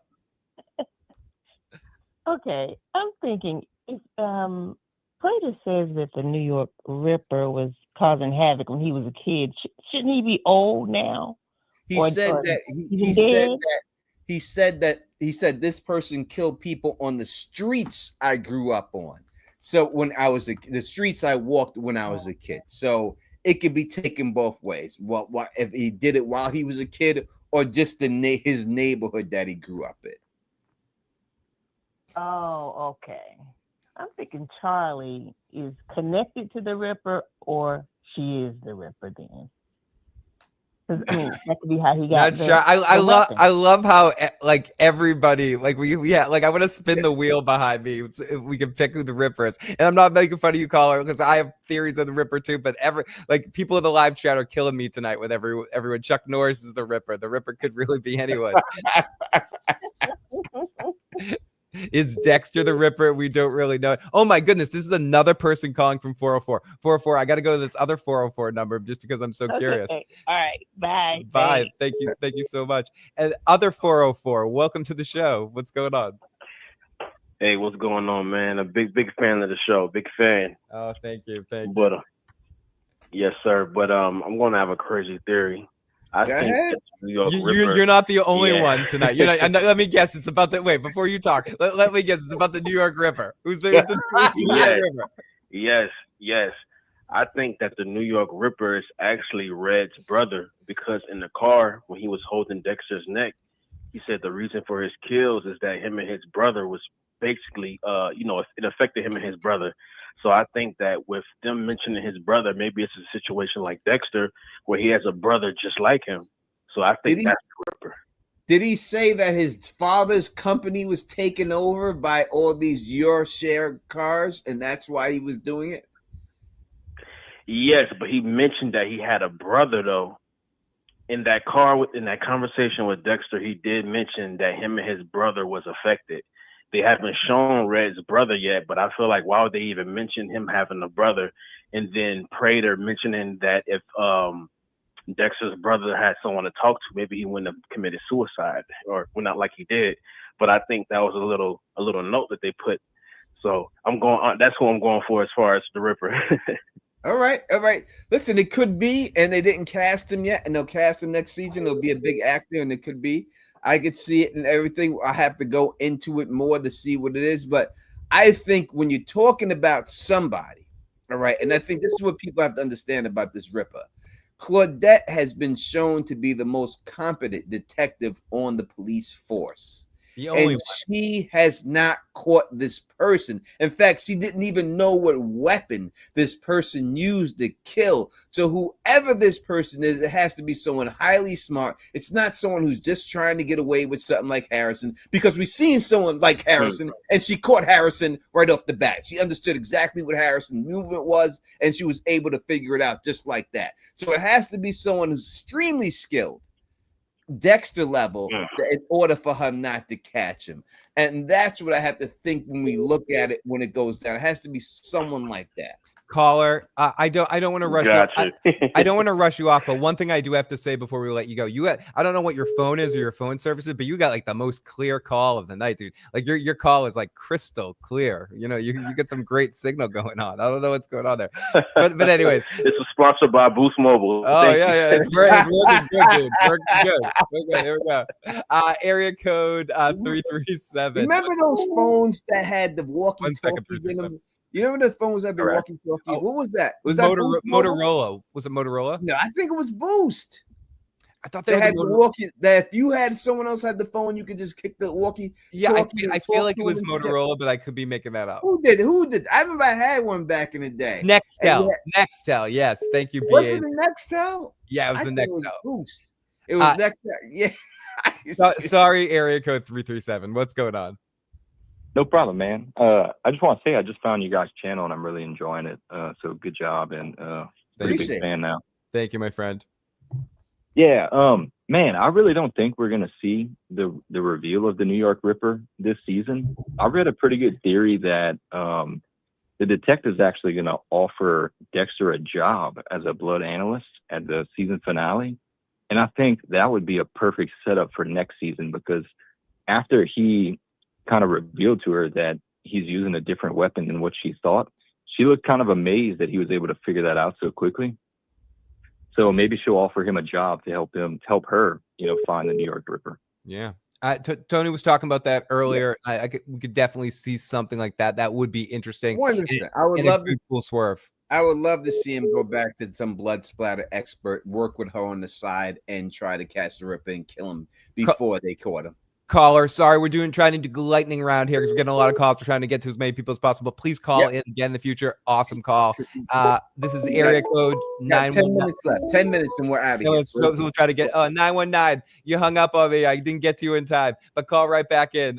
Here we go. This is 401. We're gonna try to keep these calls and the next one pretty quick. So 401, what's going on? 401, what's your name? What's your question, and where you're calling from? I think the New York Ripper is Rita. Rita. All right. Why? What's going on here? We having a tough connection, but can you hear me? I think he's made a mistake. To survive getting killed by Trinity. Okay. All right. We'll take that into consideration. What do you think? What do you think, Tony? What do you think? Do you think? I just think that people call to be funny, and I appreciate the humor. no, it works. It works. I agree. Listen, the New York Ripper is, and I don't think the showrunners anticipated it 100%. Skull. I don't think that they anticipated how big this New York Ripper thing would get. People are saying Deb is the New York Ripper now. Yeah, Deb's that dude. It's been going on all night. But everyone, as Tony was saying, we probably got like 10, 15 minutes left, or like 10 minutes left. 10, 15 minutes left. Call on in. Last moment, 781. Last call for alcohol right now. Get in here, get your call in real quick. Last calls. We got a couple of texts that we'll get to while we're waiting for these last calls. Phil, it's called the Boogeyman's Club. Get Harry's facts straight. 201. I think it would be too cliche for Olivia to be the Ripper when Claudette is so obsessed with the Ripper. It's been done too many times that partner winded up being dirty in who you're looking for. I agree with that. Yeah, it has been done. 360 has a longer text, but we'll read it here. I don't think the show has prime. Oh, we got two calls at once. Let's take this one first, and then make sure you call right back in. 317 area code 540. What's your name, where you're calling from, and who do you think the Ripper is? What's your Ripper? Isaac, I'm calling back. I think the Ripper is the Ripper. Yeah, good answer. Good answer. But no, I called earlier. I think the Ripper is not killing because his weapon is sentimental to him, and Prater has it. Interesting. That works. I could see that. Yeah, just a quick one. Getting in there. Y'all have a good night. You too, man. You too. And please, who just called right before that, area code 919. I think whoever's call I just missed, call back in. And here 408, that works. Area code 408. What's your name? Where you calling from? And what's your Ripper theory? Yeah, hello. Hey, what's going on? Sorry, what's going on? Welcome to the show. Oh, it's Daniel. I heard a rumor that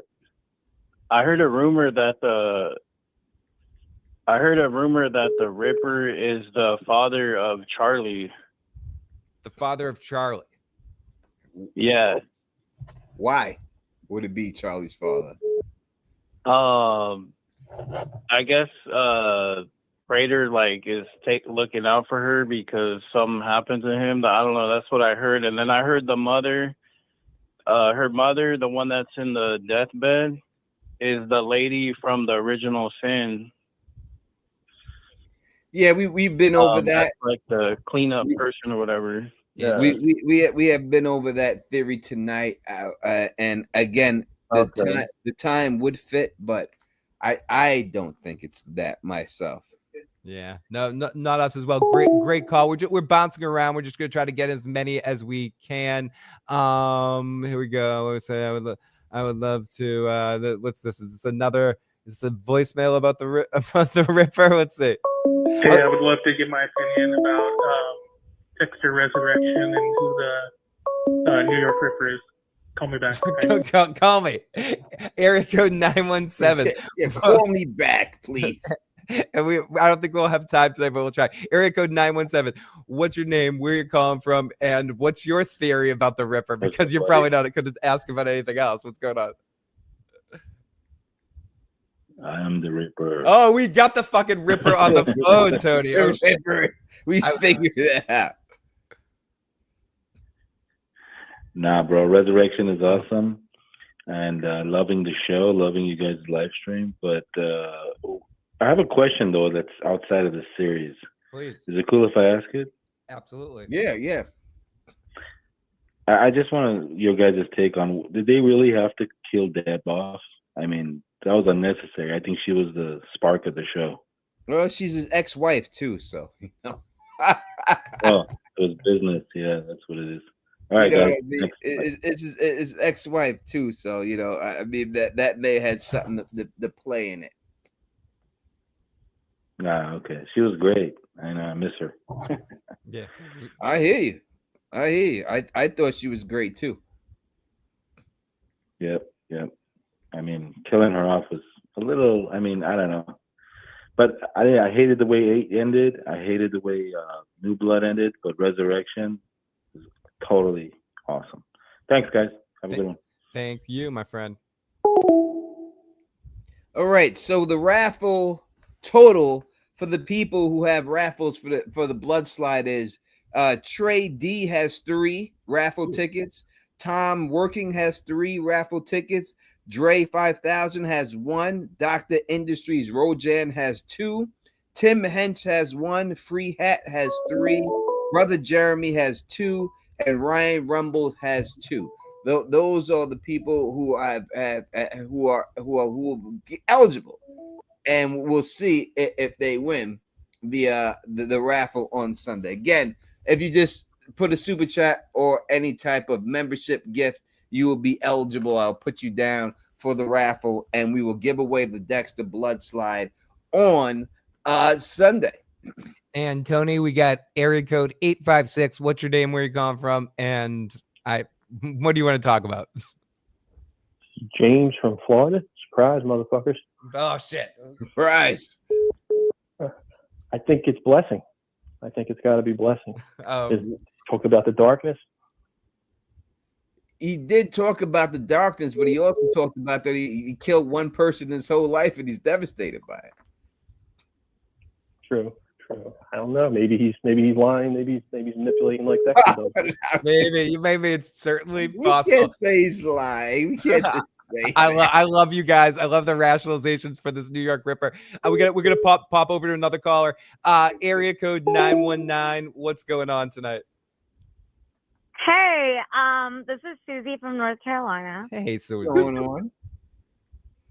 Not much. I've just been thinking a lot about like when Dexter went into the trophy room, if you will. Mm-hmm. And okay, so every other person except for the Ripper was somebody he already knew who it was, right? Except for, to be argued, like Dokes was supposedly the butcher, you know what I mean? So how did he get the tool or the weapon? Who, Prater? Yes. How did so the only way we can look at it is if the guy was a part of the squad before, that he was down with the other serial killers before, and that's how he got it. Prater and Charlie must at least know who the Ripper is. Yes, I agree. He's in the Rolodex. Yes, they know, but no one else knows. So I agree with you on that without a doubt. Anyway, that's all I had to say, and I can't wait to watch the new episode. I hope y'all have a great night. You too. Love North Carolina. Love North Carolina. I'll be there in a couple of years. And this is area code 408. Oh no, that call ended. But I guess that's good. We probably shut off the phone lines, Tony. But we put Samuel down for 3 raffle tickets and Lem down for 3 raffle tickets. So thank you for the gifted memberships. I don't know who became a member. Maybe Jackie C is one. The phone lines are going crazy tonight, but everyone, make sure you call in next time. You want to take one more before we go? We'll take one more. Rush roulette. Right. Let's see. One more before we go. Next and one. Again, the raffle tickets, if you want the raffle, the chance to win the blood slide, it's not a lot of competition there. Listen, so right now, not a lot of competition there. And it's 6461, Tony. Worth more than whatever you're paying for the raffle. 646. You won some sort of raffle. I guess you get your New York, your Ripper theory and what's going on. Kim Little get some right. What's up, y'all? It's Mike from Manhattan. You know, I gotta check in with y'all always. Hey, I missed the show today. I'm a spin back in the morning, so I don't really know what y'all was talking about. I want to show love, but I do got something to say. If Dexter befriends Prater, right, and he act cool with him, he probably could get the drop on the New York Ripper because Prater a fan of him. Dexter can milk him and get information from him. Absolutely. What y'all think about that? Yeah, I think he absolutely gets information from him by the end of the season and kind of leads into that's what leads into next season with Dexter hunting him down. Yeah. 100%. So I just want to tap in and show my love real quick. I love how every week more and more phone calls because you guys are providing a great show, and every week more people tapping in. I was here from New Blood, but I love to see the new people tapping in. I like to see y'all be successful, man. Oh, thank you, my friend. Appreciate it. We appreciate it. Tony, should we push the luck one more? 408. What's going on? 408. Make it quick. We got to get our popcorn ready for the episode. All right, sounds good, man. 408. What's going on? Okay, I made a mistake, Tony. We should have just called in the background there going on. All right, so let's go through it real quick. We just got gifted 5 memberships from the phone lines are officially off, everyone. We got 5 memberships. We got 5 memberships from Samuel. And we got a super chat from Lem. Thank you so much. Kim Little sent 110 a super chat for 10 beans right in here, loving tonight's stream. And we got Andre B raffle ticket for taking my call. So he got a raffle ticket. So we'll count the raffle tickets, then we're out. Trey D has 3. Tom Workin has 3. Dre 5000 has 1. Dr. Industries Raging has 2. Tim Henson has 1. Free Hat has 3. Brother Jeremy has 2. Ryan Rumbles has 2. Samuel Berkeley has 3. Kim Little has 3. Andre B has 1 and Lem has 2. Those are the raffle tickets so far. And y'all will be able to buy more raffle tickets. Oh, we got a super sticker from Adriana. So we're going to put her in there for the raffle ticket right now. You know, Tony, I know we got to go and we all got to get ready for this episode, but it's so tough when we still got 80 people watching us right now. It means a lot. Thank you guys, everyone. Make sure you're subscribed to Teflon TV, like this comment, keep it pushing. You guys have been doing awesome pushing Teflon TV and all of his videos this season. Keep it up 100%. As we're approaching the end of the season. But you guys have been doing awesome, hitting his goals on each video. But make sure you're subscribed because it's surprising how many of you awesome folks aren't subscribed but watch it, and we appreciate it. But definitely subscribe. And if you're thinking about it too, jump over to Fill the Issues guy where you'll see Teflon. Please do that. And we got Adriana down for 1, and we got Schoolie Mom down 2, also for a raffle ticket too. So we have you down. Thank you for the super chat. Thank you for that, for all that. We guys will do the raffle at the end. It's for the Dexter blood slide. We got more raffles coming in right now. We got more. We got calls and we got more texts, Tony, and more voicemails and stuff. But I gotta write down these raffles though. I gotta write down the raffles and everything else. There's no way I'll ever have to do it. Mrs. T is down for 2 raffle tickets. Oh, we got Tupac is the New York Ripper. Tupac. We say Charlie's the New York Ripper. DB Cooper is the New York Ripper. And it's just I sent on earlier. Thank you so much, Miss T. We got you down there. All right, we're out of here. We get our own blood slides. Yes, I will send you the whole blood slide kit right there for the raffle tickets. Whoever wins the raffle gets the whole Dexter blood slide You kit. too can be a serial killer. That's right. It will have the stains and stuff in it. It'll be the Dexter thing. You all will get it. You'll see it when you get it and everything else and all of that. But it's the Dexter one. Yes, I am the New York Ripper. A lot of big booty women have said that about me. God damn it. You don't know who you're talking to here. They call me King Kong for a reason. All right, let me get up out of here. Don Tony Teflon, Phil Issues guy. Appreciate y'all coming out and everything else. We will see y'all on Sunday for the next live stream and everything else. And all that good stuff. If you like the way I do this, please thumbs up this, spread this across the realm, and of course, subscribe. And until next time, you know who it is.